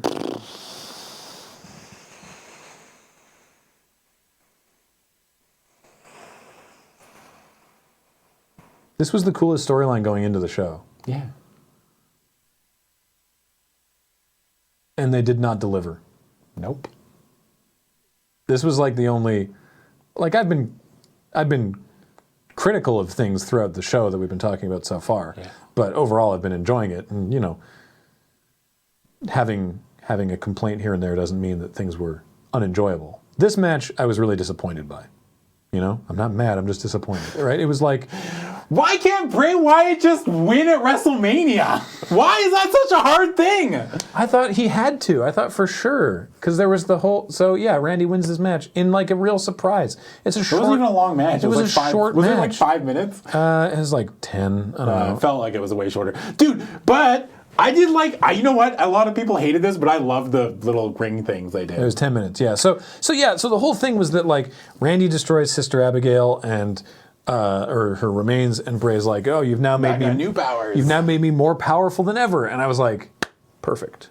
This will be good. Yeah. Let me see those new powers. So what happened was like Bray, when he does his like upside down stuff in the corner, then like the ring, they like projected this macro video of maggots on the ring. Awesome. And it's like, okay, pause. Yes, that's hokey. Yeah, so is everything the Undertaker's ever done, right? The reason that it worked is because people acted like it worked. Yeah. Right? And this happens a couple times over the course of the match. It's like maggots and cockroaches and earthworms and stuff get displayed on the ring when Wyatt does that. And it doesn't seem to affect Randy very much. No, not really. I mean, Randy like sells a little bit when he like happens. He's like, oh, he's like kind of surprised. He's like, oh, that was weird. Yeah. But like, it looks like Randy acts like he's surprised that video is being displayed on the ring, not that he's acting like Bray actually has some kind of power, right? Yeah. And so now it looks like a hokey effect. Yeah. If they'd played it more and the announcers had sold it more and Randy had sold it more, it would have landed as more of a thing, right? Like Kane makes pyro go off. Yeah. But it's a thing, right? It's meant to be like he has fire powers. Undertaker makes lightning happen, right? Undertaker appears from the mists, right? And it's like, of course it's hokey, but everyone on the show, all the characters and personalities on the show buy into it. Yeah. And it feels like no one's buying into Bray, yeah. which makes him look stupid. And so it's like, I would have been fine with all of the stuff in the ring if Bray had won. Yeah. But the last one, he does it the third time, and it's cockroaches everywhere, and then like 10 seconds later, RKO, 1, 2, 3. Yeah. Luke Harper doesn't do anything. No. Eric Rowan shows up on the following Tuesday's SmackDown. Yeah. With a new mask. It's nice to see him back. Yeah. But like, there was nothing from the family, which is fine. I would be okay with Bray doing a match on his own if they were able to make him look. Do you think like this is payback sense for when Randy got his fucking dome brung by Brock at SummerSlam? No.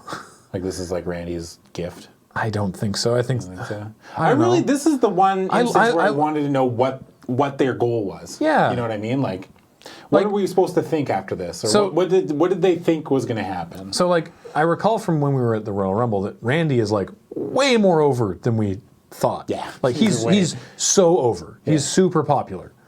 And It so, surprised the fuck out of me. yeah, so, like, I understand, you know, like, he's basically the top face on SmackDown. Because if Cena's not going to be around for a while. I mean, you'd argue AJ is, but... Yeah. But as the show is presenting it. Yeah. Because just because people cheer for AJ doesn't mean that the show is not presenting him as a heel. Yeah.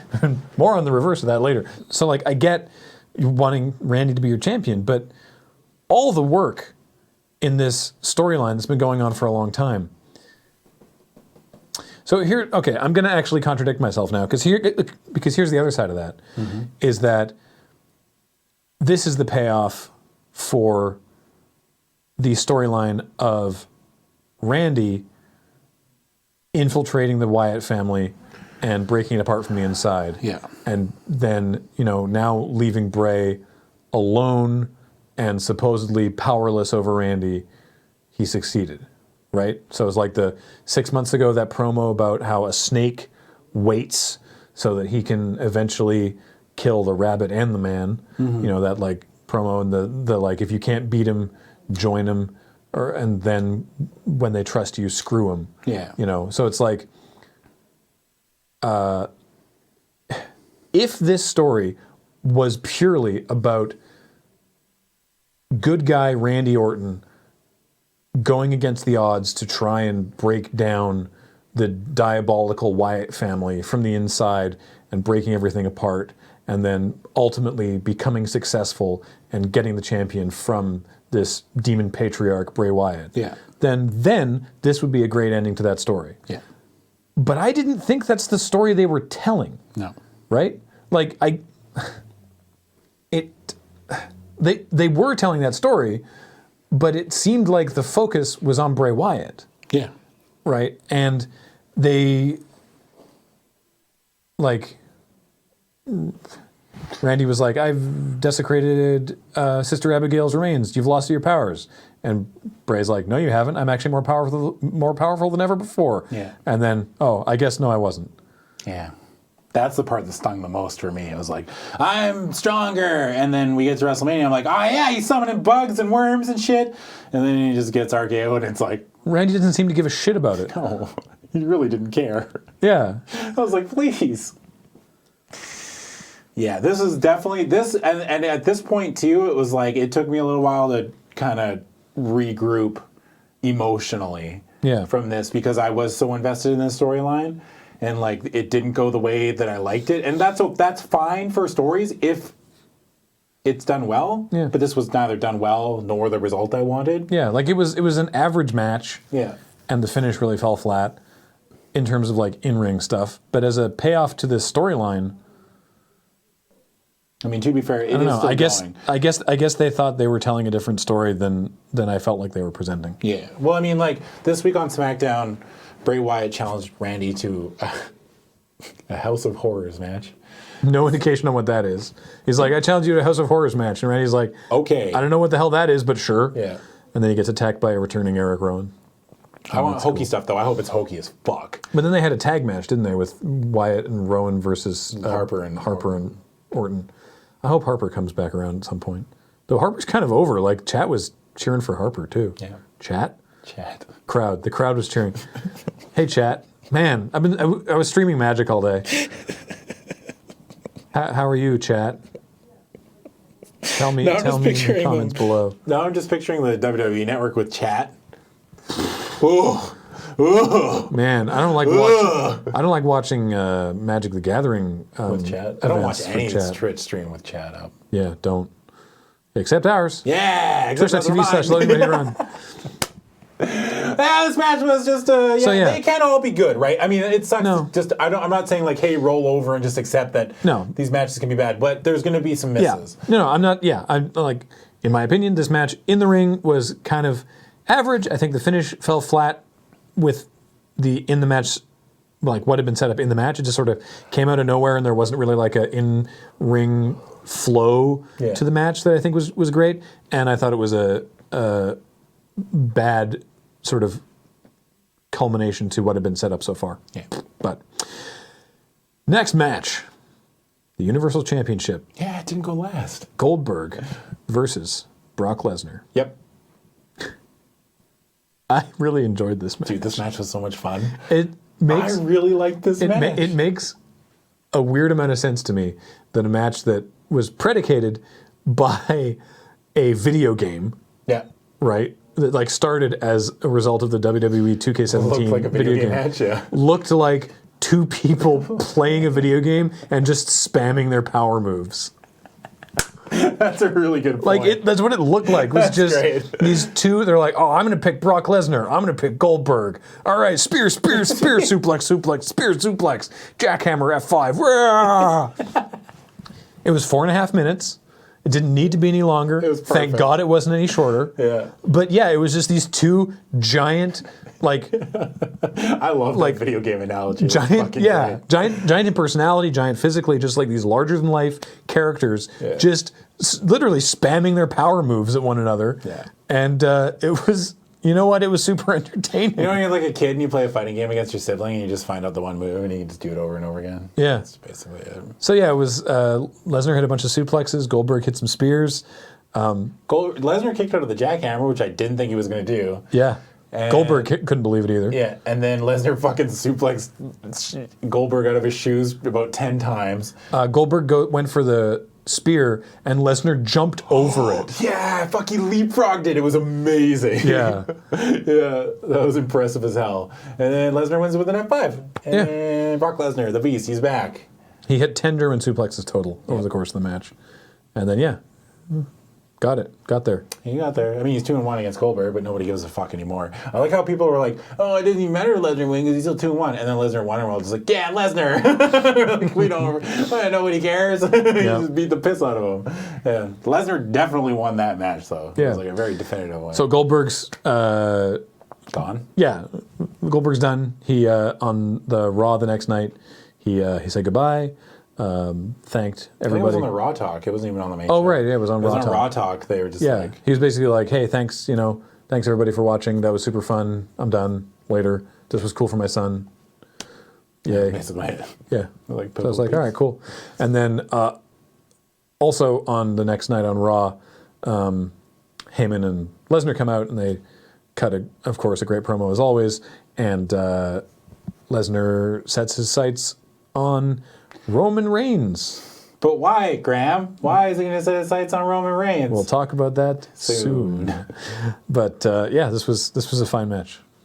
It's honestly, it was like it's all it needed to be. Yeah, it was perfect. It was absolutely perfect. Like the match that we thought was going to happen and what they gave us was what we needed, and we didn't know we wanted. Like it was just like that's exactly what. Yeah, that was perfect. Next, somebody found the key to the locker room and managed to release the SmackDown Women's Division, so they could finally do their match. Yeah.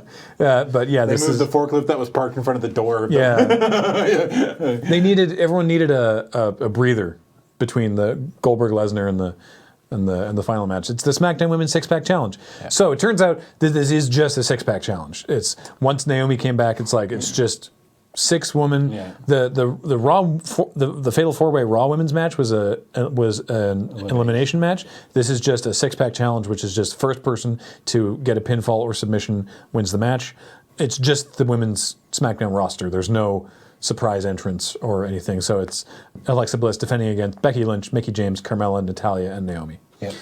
Becky looked like she was dressed like Alloy from Horizon Zero Dawn. She was like a dead ringer. Yeah. It was like, holy shit. There is an amazing video the WWE posted to Twitter of backstage at SmackDown.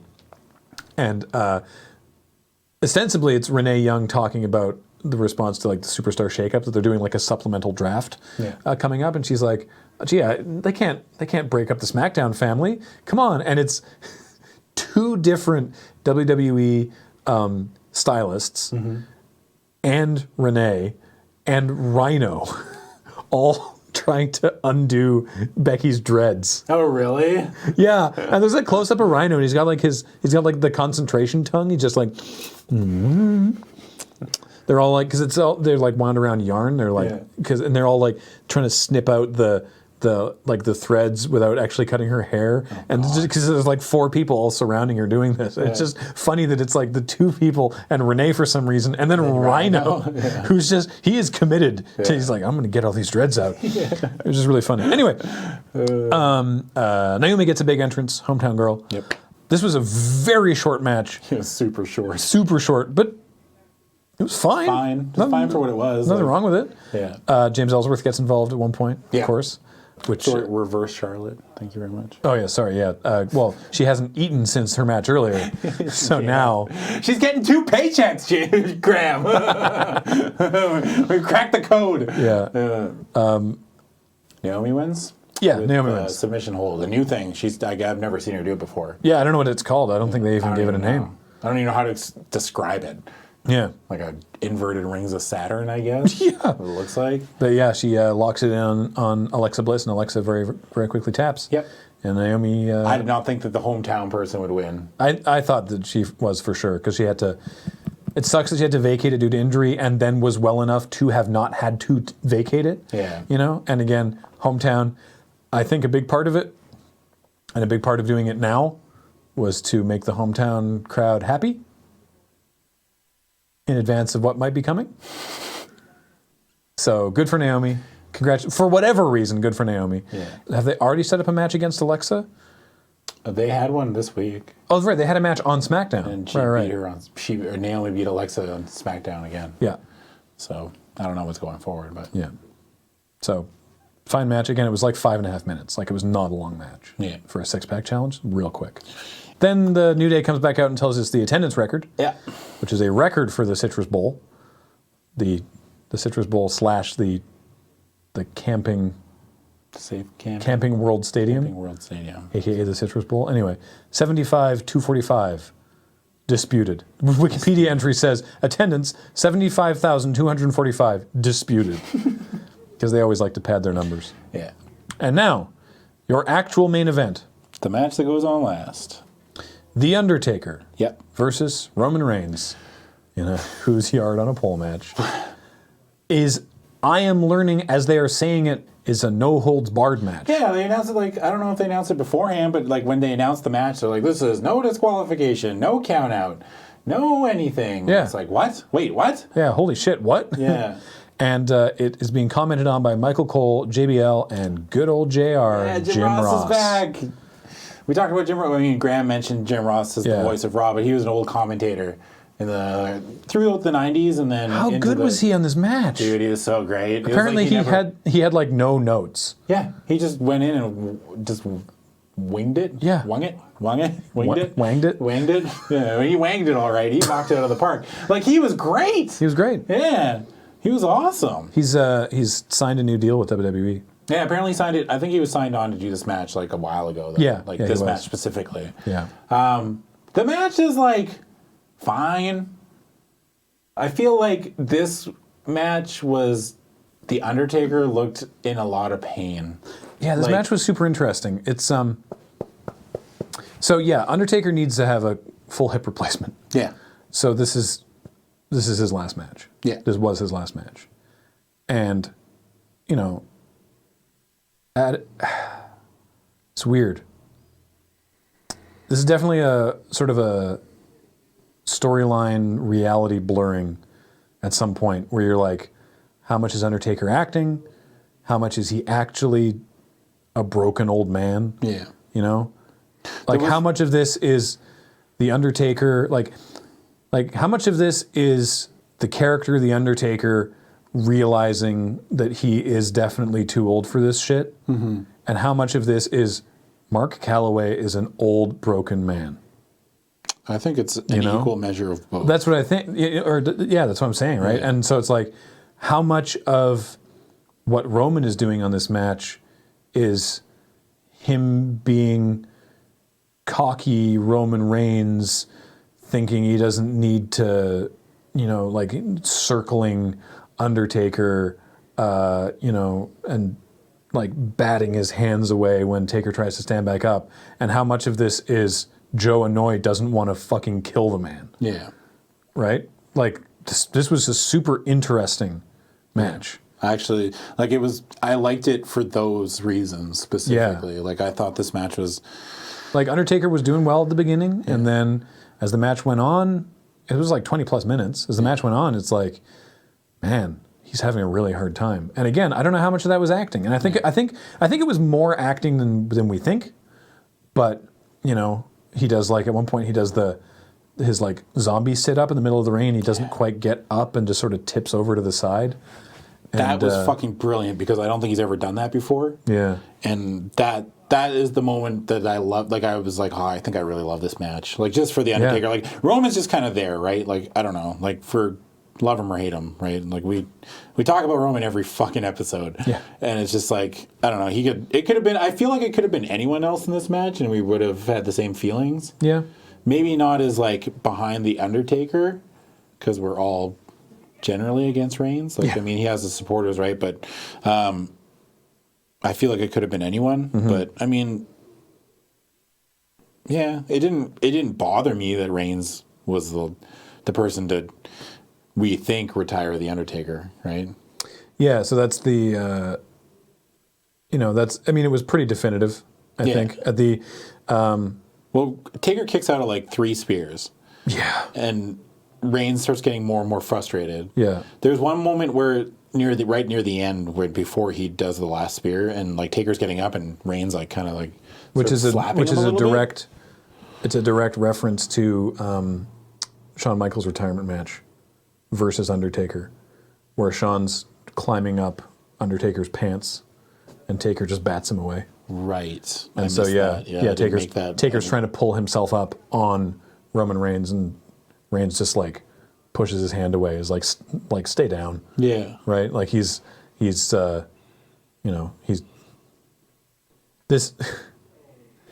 this match didn't feel like it was positioned as the 2 big dogs fighting over the yard, right? Yeah.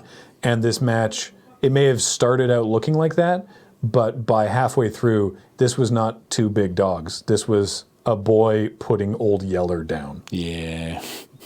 It was hard to watch at points. Yeah. I felt really bad. And it was more just like me, I actually didn't even think that this was, like going into this, I didn't think it was Taker's last match. And then as the match went on... It was not advertised as Taker's last match, right? And as the match went on, I was like, holy shit, is this his last match? Because the way they were like, the way it was laid out and the way the Taker was like selling these injuries and stuff like that. And the sit-up was like, oh my God. The sit-up and the batting the hand away as a parallel to the Shawn Michaels match. Just like both of those things, I was like, Jesus, I think this is his last match. I do think people need to stop focusing on like, hey, Roman was the one that pinned him. Yeah, who gives a shit? Who gives a fuck about? This is more about Taker. Yeah. And like what Taker has done for us and like our entertainment and this story. This story was all told through Taker. Yeah. And it's like, why, if this is his last match, like he's the Undertaker, doesn't he more than any wrestler deserve to go out on top? Sure, maybe, but he wouldn't do that because a wrestler goes out on his back. Yeah. Right? Like if you're retiring, you lay down, you put someone over, right? You pass it on. You make it no one gains any. Taker wins at WrestleMania and leaves and retires retires with a win. That helps no one. Yeah. Right? This does something for Reigns. It definitely did. And so what happened on Monday. So Reigns, after endless spears and Superman punches, which by the way, Reigns now has a super move. In kayfabe, Reigns can now charge up the spear by running the ropes. Yeah. He ran the ropes back and forth, and Taker's like, what do you? I don't know how to react to this, and then spear pins him. Reigns stands there for a second, leaves, just gets out of there. Well, he did pose on the ramp, and then there was fireworks. Yeah, he posed a bit. And then Taker puts his coat and hat back on and poses briefly, and then actually... He's like going to leave the ring, and then he stops. And he stops and goes back to the middle of the ring, takes off his gloves, leaves his gloves, takes off his coat, folds it up, puts on the gloves, takes off his hat, puts it on the coat and the gloves, goes back up to the partway down the ramp because he entered from like partway. He rose out of there was smoke and he rose out of the ramp and then came down. Goes back, does his like fist over the shoulder pose and then just sinks away, accompanied with smoke. Sad. And knowing how seriously Mark Calloway treats wrestling storyline and stuff, that's probably the last time we're ever going to see him. Yeah, he kissed his wife at ringside. Yeah. Yeah, and that's never would he ever do that. No. Like, if he was going to continue to be the Undertaker, he wouldn't have kissed his wife. I mean, how do you wrestle after hip replacement surgery? You can't. Right? I don't think you can.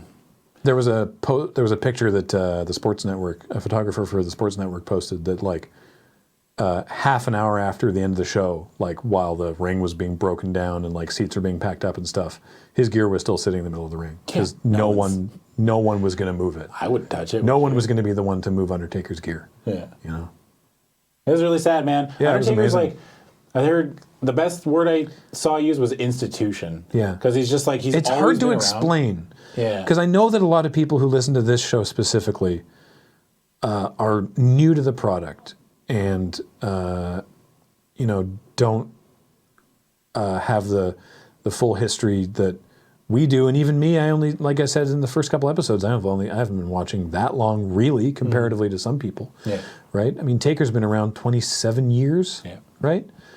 And it's hard to explain sort of what this was, because it's another one of those weird reality storyline blurring things where it's like, man, I don't know how to explain it, but this was a powerful moment. Yeah, you know, it's just like, I don't know, man. He's always been like that. He's been a constant, and he's just like that powerful enigma kind of character that the product needs. Yeah. You know, like that constant, the boogeyman. Like if somebody gets out of line, like Taker's going to come after you, and like that's fucking game over, man. And that was true even backstage. Like he was a leader in the locker room. Yeah. Like he used to run like wrestler's court. Yeah. Like when someone would step out of line, they would take you to the Undertaker, and he would determine how you were gonna, like he would determine first if you were guilty or not, and then if you were guilty, like how much beer you'd have to buy for the rest of the locker room. Yeah. But like, he was like the character even was like this sort of this meta level figure. I mean, it's the reason that when last year when the whole Shane and Vince thing was playing up, when we were like, why is Taker listening? Taker fought Shane. We were talking about this. Taker fought fucking Shane last year. Right, that's what it was. Right, it was like, why is Taker listening to Vince? Right, because like, sure, Vince owned like. In storyline, Vince owns the company, meaning that in storyline, Taker is technically an employee of Vince. Yeah. But he's not really. Yeah. Right? Like the character kind of isn't. The character just does whatever the character wants to do. He exists like outside the storyline. There's an analogy somewhere in my head that's like really trying to get out, and I can't quite get it. But like, I don't know, he's the boogeyman. Like he's the Baba Yaga. Like he just like. Well, the boogeyman kept hitting himself with clocks and eating worms. So. Oh yeah. Well, not that boogeyman, but the good boogeyman. Not the wrestler named the wrestler boogeyman. Named the boogeyman. Like Baba Yaga. That's good. Yeah. Yeah. But yeah, he's the John Wick of WWE. He's like he's like a supernatural force. Yeah. You know, he's less of a wrestler and like just an omnipresent force. Yeah. In wrestling, and so for this to be... And like WrestleMania is going to roll around next year, like there's no Undertaker match, it's going to feel weird, man. Yeah, for the first time in ages. Yeah. Yeah, it's just super, super weird. The first time since WrestleMania 8? Yeah. When was Taker's first WrestleMania match? I don't know. He was 21-1 at 30. Yeah. So 8. So he's 22. Yeah, WrestleMania 8 must have been the first WrestleMania. Is he 22-2 now? He's 23-2. 23-2. Yeah. Yeah. It's a pretty good run. He went X2 drop. No, he didn't. Because he won last year. Oh, yeah. Oh, yeah. Yeah. Well, no, he lost this year, so it'll be X2. Yeah, but he didn't. We're not going to say the 23. Yeah. Oh, okay. He went X2 drop. He didn't make day 2. No, X and 2, you make day 2 on a GP. No, yeah. Shut up, Chant. Grant, you're ruining my joke. God damn it. Anyway, it was a hell of a thing, and like, you know, it is what it is. A lot of people, which, and I probably agree that, like, probably his last match should have been the one that they literally called the end of an era match, right? Which was like, it was Triple H versus Undertaker with Shawn Michaels as the special guest referee. That was a very good match. Where after the match, all three of them, hand in hand, helped each other up the ramp as these, like, you know, three, you know, giant figures from an era of wrestling. Was that basically Triple H's like last like goodbye. Regular match? That was his last match as like a regular as like a regular wrestler. And like, it obviously, you saw him this year, he's still great. It didn't make sense for that to be like a retirement match for Triple H. But yeah, that was when he like transitioned to being like the actual corporate guy, much more full time. And it was like HBK had been retired the year prior, so bringing him back as the referee made sense. And like that storyline, that probably should have been Taker's last match, but then he's like, I can still keep going. So it's like, okay. And again, like I said, Taker won that match, and a wrestler goes out on his back. Yeah. You know, and so it's like, well, why didn't he leave when, you know, after Brock? And it's like, well, they thought he was going to. Like, at the time, they kind of thought that was going to be his last match. And he's like, no, I can still go. So it's like, okay, what are you going to say to Taker? Undertaker's like, I can still wrestle. What's Vince going to say? No. Yeah. Guy makes money. Yeah. So, yeah, we lost one. We lost one of the best. We Yeah. didn't lose him, but I mean, like, well, we kind of did. But Man, what a chant, though, the thank you Taker chant. And yeah. So that was WrestleMania 33. Man, good show. Yeah, it was a really Overall, great show. really good show. The I like only this hiccup one. was Bray and Yeah, Orton. I like this show way Which is way better than impressive as last fuck year. for six and a half hours of wrestling, and there's one match where we're like, eh, Yeah. you know, like, yeah, I'm okay. I could have done without that, but for all the negativity going into this card, where people are like, this card looks garbage, it's gonna be awful, and they prove that they can A, still surprise us, What a show. and B, still entertain us. So I give it it's like a solid like 80% at least, like a upper 80 mark, somewhere around there. Great show. A lot of fun. Yeah. The next night on Raw After Mania. Yep.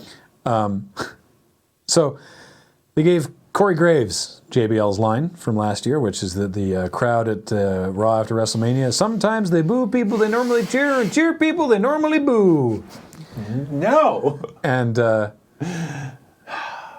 I hate that line. Like, okay, so I completely understand the position that WWE finds themselves in for this Raw After Mania show, where the crowd is really high on themselves and putting themselves over and doing real disrespectful shit, like fucking around with beach balls during the Cruiserweight match, you assholes. Yeah. But, that was a dick move. yeah, but like, you know, so I understand sort of trying to make it clear to the much, much, much larger home audience that, like, this is an unusually raucous crowd. Yeah. But wording it like that is, you know, It's also disrespectful to the crowd, the fans that are in the crowd. yeah, who've paid to fly into Orlando to go to WrestleMania and then come to the Raw afterwards. Like, it's still kind of a dick move to say that about people. Also, booing people they normally cheer and cheering people they normally boo does not cover the 8-minute long "fuck you Roman" chant, which is how the show opened. The show opened with a video. The show opened with a video package of the Undertaker match, and then a massive "Thank you Taker" chant, Which felt like it went on did forever. not stop. It was just "Thank you Taker" for like 3 or 4 solid minutes, and then some people started sneaking in. It would be like, "Thank you Taker, Roman sucks. Thank you Taker, Roman sucks. Thank you Taker, Roman sucks." And it just like flipped, and then Roman Reigns came out with a mic, and just this massive boos. The like you could peel paint with the vitriol from the crowd. Crazy. And it was one of the most unbelievable things I've ever seen. Like, and then and he would go to like say something and the boos would just get louder. He would put the mic up to his mouth and just boos, massive boos, and then nothing. Put the mic back up to his mouth, massive boos. And then, like I said, a fuck you Roman chant, which is, that would be difficult to misinterpret. Right? So again, I understand why WWE, even for plausible deniability, needs to put in like, oh, this is a weird crowd that are swearing on our supposedly PG show, right? Yeah. Like, I don't know what else they're supposed to do about it. But yeah, after literally like 8 minutes into the show, the first line of actual in-ring dialogue is spoken, which is just Reigns finally gets the mic up to his mouth and just says, "This is my yard now," and throws the mic away and leaves. It's pretty sweet, actually. It was good. Good. It was really good. Yeah. But yeah, you remember last year when he was like, "I'm not a good guy, I'm not a bad guy, I'm just the guy." And we're like, all right, well then sack up, be a heel, do it. And then he was like, It's like, stop talking about how great this guy is. Just let him be a... But they still did it all night on commentary. They're like, oh, it was his night last night, and he's the big dog, and it's just like, here we go. Just let him... Just let the crowd hate him. Let him be bad. Yeah. Don't... He's not an underdog. But they're not going to do it. They're just not. They're not. I know. Like, we can't... Like, we can sit here and we till we're blue in the face about... Other notable stuff real quick that happened on #RawAfterMania. New Day came down to the ring and set out an open challenge for any tag team on the roster to come and fight them. And who shows up but the Revival? Yeah! No flips, no fists. No fists, just fists. No flips, no flips, no fists, no legs. We don't do flips and we don't got fists. Yeah. We will gnaw you to death.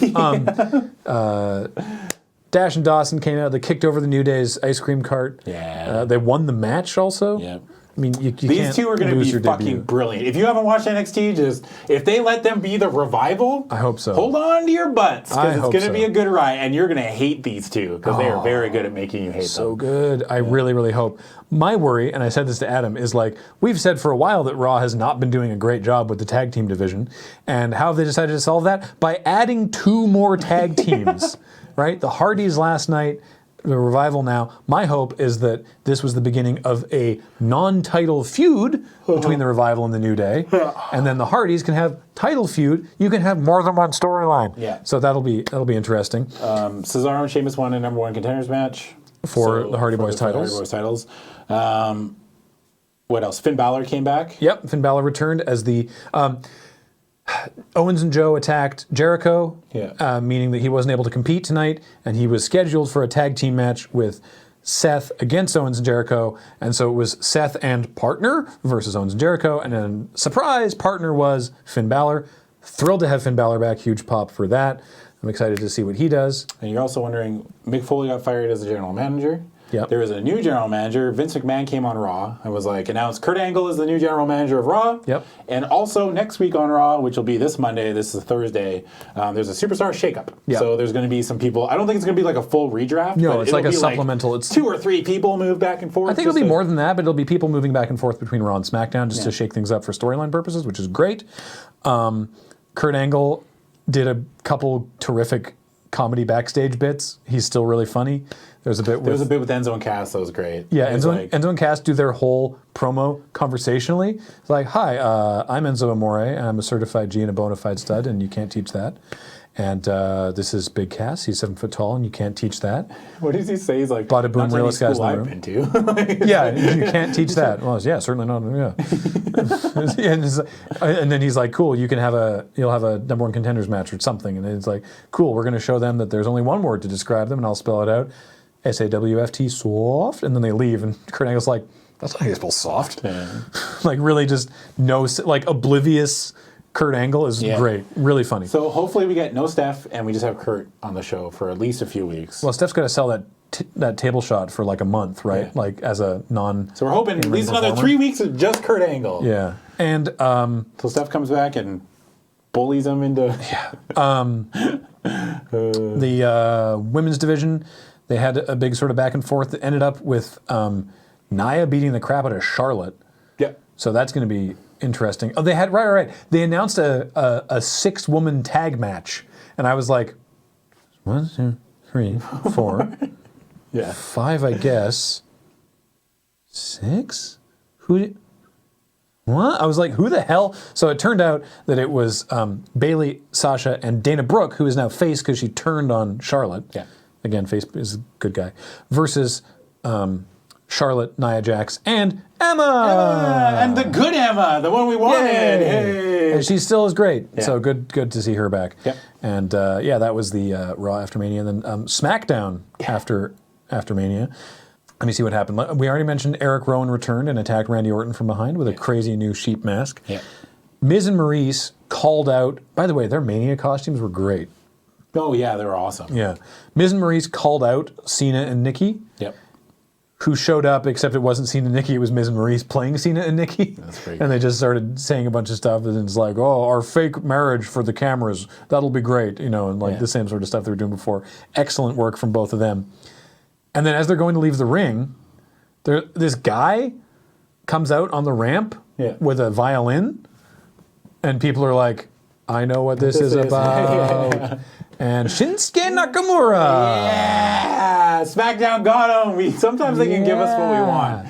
And that means we're going to get AJ Styles versus Shinsuke Nakamura at some point. Oh my God, you're right. We're going to get John Cena versus Shinsuke Nakamura at some point. Oh, that'll be weird. That'll be really weird. That'll be great. What a clash of styles. Yeah. A styles clash, you can say. As soon as I said that, I was like, there's a pun. I got to make this work. You're trying to backpedal. Yeah. Oh, no. What was weird is that Shinsuke came out and did his entrance and then just left. Yeah, that was it. I thought he was going to beat up Miz, but no. But I think that's enough for the feud for The Miz, right? Yeah. He's like, how dare you come... Like, next week, I guarantee you it's going to be... Miz being like, versus, how dare this man come out and interrupt me? Yeah. So it'll be Miz and Nakamura at whatever the next SmackDown pay-per-view is. I don't even know what it is. I have no idea. And also, it was, who was it? It was, Kurt Hawkins came out and was like, hey, I didn't get to do anything at WrestleMania, so I'll challenge anyone in the locker room, and I'm going to give them 10, and then just bam. I wish he's as like, I'm going to start counting down, and then like 1, 2, and the crowd would know what was coming along, and then they all start counting along until we get to... Anyway, Ty Dillinger, his debut. Ty Dillinger's on SmackDown. Yes! He looks great. My boy! Ty, my boy! Oh my God, I'm so excited. It's interesting. People talk about, like a catchphrase or a chant or a costume or something being over. It's like, the Ty Dillinger's not over. The 10 chant is over, right? It's like, Ty's over. This has been happening for years and years and years, right? Like, you need something to start with, right? Like, the chant will get you there, and then you have to maintain it, right? And so, like, that's the chant fine. Isn't right? enough. It's right. We're Daniel Ty. Bryan didn't start getting everyone on his side until the yes chant. Yeah. Right. He was still great, but he didn't start getting everyone over until the yes chant. The yes chant made everyone want to see him because they wanted to do the chant because they loved the chant. And then once they saw more of him, they were like, "Well, this guy's great." Mm-hmm. Right. I know that I'm vastly protracting how time works and giving probably not enough credit to Daniel Bryan, but the point is, I have no problem with this. And so, because it's like, okay, I was watching him in this match against Kurt Hawkins, right? And I was like, okay, take a step back, Graham. What makes Ty Dillinger better than Apollo Crews? Yep. Right? Like, what do we know about Ty Dillinger because we complain that we don't know anything about Apollo Crews, he's just a guy that smiles. Yeah. Right? And it would be very easy to say the same thing about Ty Dillinger. Yep. Really, all that I've seen from that NXT thing, because on the main roster we don't know anything, but all I've seen from the NXT thing is that he Sanity, who've been running roughshod through NXT, offered him a chance to join, and he turned them down. Yeah. Because he is inherently a good person, right? And he's also, we saw at the Royal Rumble that he's fearless because he got in the ring and just ran right at Braun Strowman and, cares not, right? And now that's it for now, right? But the fact that the 10 chant is already so over gives him an opportunity to at least get out there and show us more of what he's about. And I just hope it's not wasted. Yeah. The only thing I don't like about Ty Dillinger is that he calls himself the perfect 10, but he almost always loses. He beat Kurt Hawkins, though. Yeah, he did beat Kurt Hawkins. I would have been real upset if he lost to Kurt Hawkins. Yeah, that would have But been. I mean, like on that wouldn't have NXT, made like sense. every NXT takeover, like he loses the big matches. Yeah. But I mean, that was Sammy's gimmick in NXT too, and then he won the big one, and we all freaked out. You think Sammy's going to SmackDown? I actually think he is better on Raw. Like he has more interesting matchups than just moving to SmackDown. Everyone's like, oh, they'll use him better. You do realize that Vince still watches both shows correctly, like. He's still in charge of both shows. Yeah, he's still. It's not like Vince like gives someone control of SmackDown and that's it. Yeah. Like Vince is still there. SmackDown has better writers, at least. Yeah, I think Sammy has more interesting matchups on Raw. They Also, just need to use them. the bit that they did with Kurt Angle backstage, where he was like, "Hey, I had a great rapport with Mick Foley, and I would love to have that sort of rapport with you," in his sort of like weird, obsessive kind of manic thing. Yeah. Kurt was like, "Well, it's clear from the way that you carry yourself that you have one of the three eyes, intelligence." Yeah. Because one of Kurt's things was the three eyes. Yeah. And I know from your previous work in the ring that you have another one, intensity. Yeah. And from your willingness to stand up for Mick Foley in the face of what Steph did to him, I can tell that you have the third eye, integrity. And I think that you and I will understand one another perfectly. You know, and Sammy's like, "That sounds great. Thank you. Okay, cool. Thank you, Kurt. Okay, bye." And starts to leave, and then comes back and is like, "Hey, speaking of which," you know, and then that starts to get annoying, right? And then Jinder Mahal comes in and complains, and he puts them in a match, and Sammy wins. But anyway, the point is, I like that Kurt is on side with the idea of Sami Zayn, so that's good.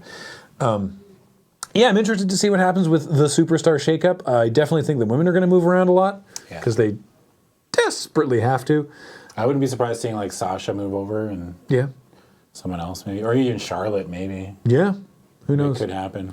But that'll be interesting. But yeah, the main takeaway from this episode is that WrestleMania was great. It was awesome. And we had a great time watching it. Yeah. And I look forward to seeing what happens in the coming year. The thing about the Raw and SmackDown after Mania, a lot of moments, right? But actually very little story progression. Yeah, you need to not like get caught up in how good those episodes are because of their moments. Because those episodes there's nothing that moves the stories forward. Yeah. It's always just like, hey, here's these guys from NXT. Hey, here's this guy coming back. Hey, here's this great match, and that's it. Those episodes are like candy. Yeah. They're sugary filler, which is great.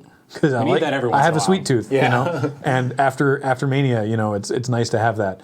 But yeah, it's easy to get caught up in like, oh man, this is so cool. All these things are great, man. Raw and SmackDown are going to be awesome. And it's like, yeah, but there was like nothing done storyline wise. And then next week there's no like big surprises and there's no debuts, and you're like, oh, that episode sucked. And you need to take a step back, and look at the episode on its own merits, because this is like kind of like the new season. This is the fresh start, kind of like this is where things start getting rolling again. Yeah, especially with the Superstar Shakeup. Yeah. You just call it supplemental draft like you used to. I don't know why it's Superstar Shakeup, whatever. Anyway. Hey, Graham, if people want to talk to you about the Superstar Shakeup, where can they find you? I would love to engage you in polite discourse on my Twitter at Graham_LRR. Yeah, and you can send dank memes to Adam. Please. I want the dankest, spiciest memes, too. Only spiciest. Only the spiciest. Only the spiciest memes need apply. Yeah. You can also talk to him about wrestling at his Twitter. At Wake Up Super. Yeah. And you can find us invariably on our streaming channel at twitch.tv/LoadingReadyRun. Yeah. Check it out over there. Subscribe to this channel. And also check out our Patreon at patreon.com/LoadingReadyRun, where you help support all the things that we do. This. Yeah. They like it when you point at the sign. Oh, right, yes. All right. That's going to do it for this week. That was it. Thank you. We'll talk to you again for Payback, the next Raw. Tell me it's not in 2 weeks. I fucking hope not. I think it is, though. Jesus.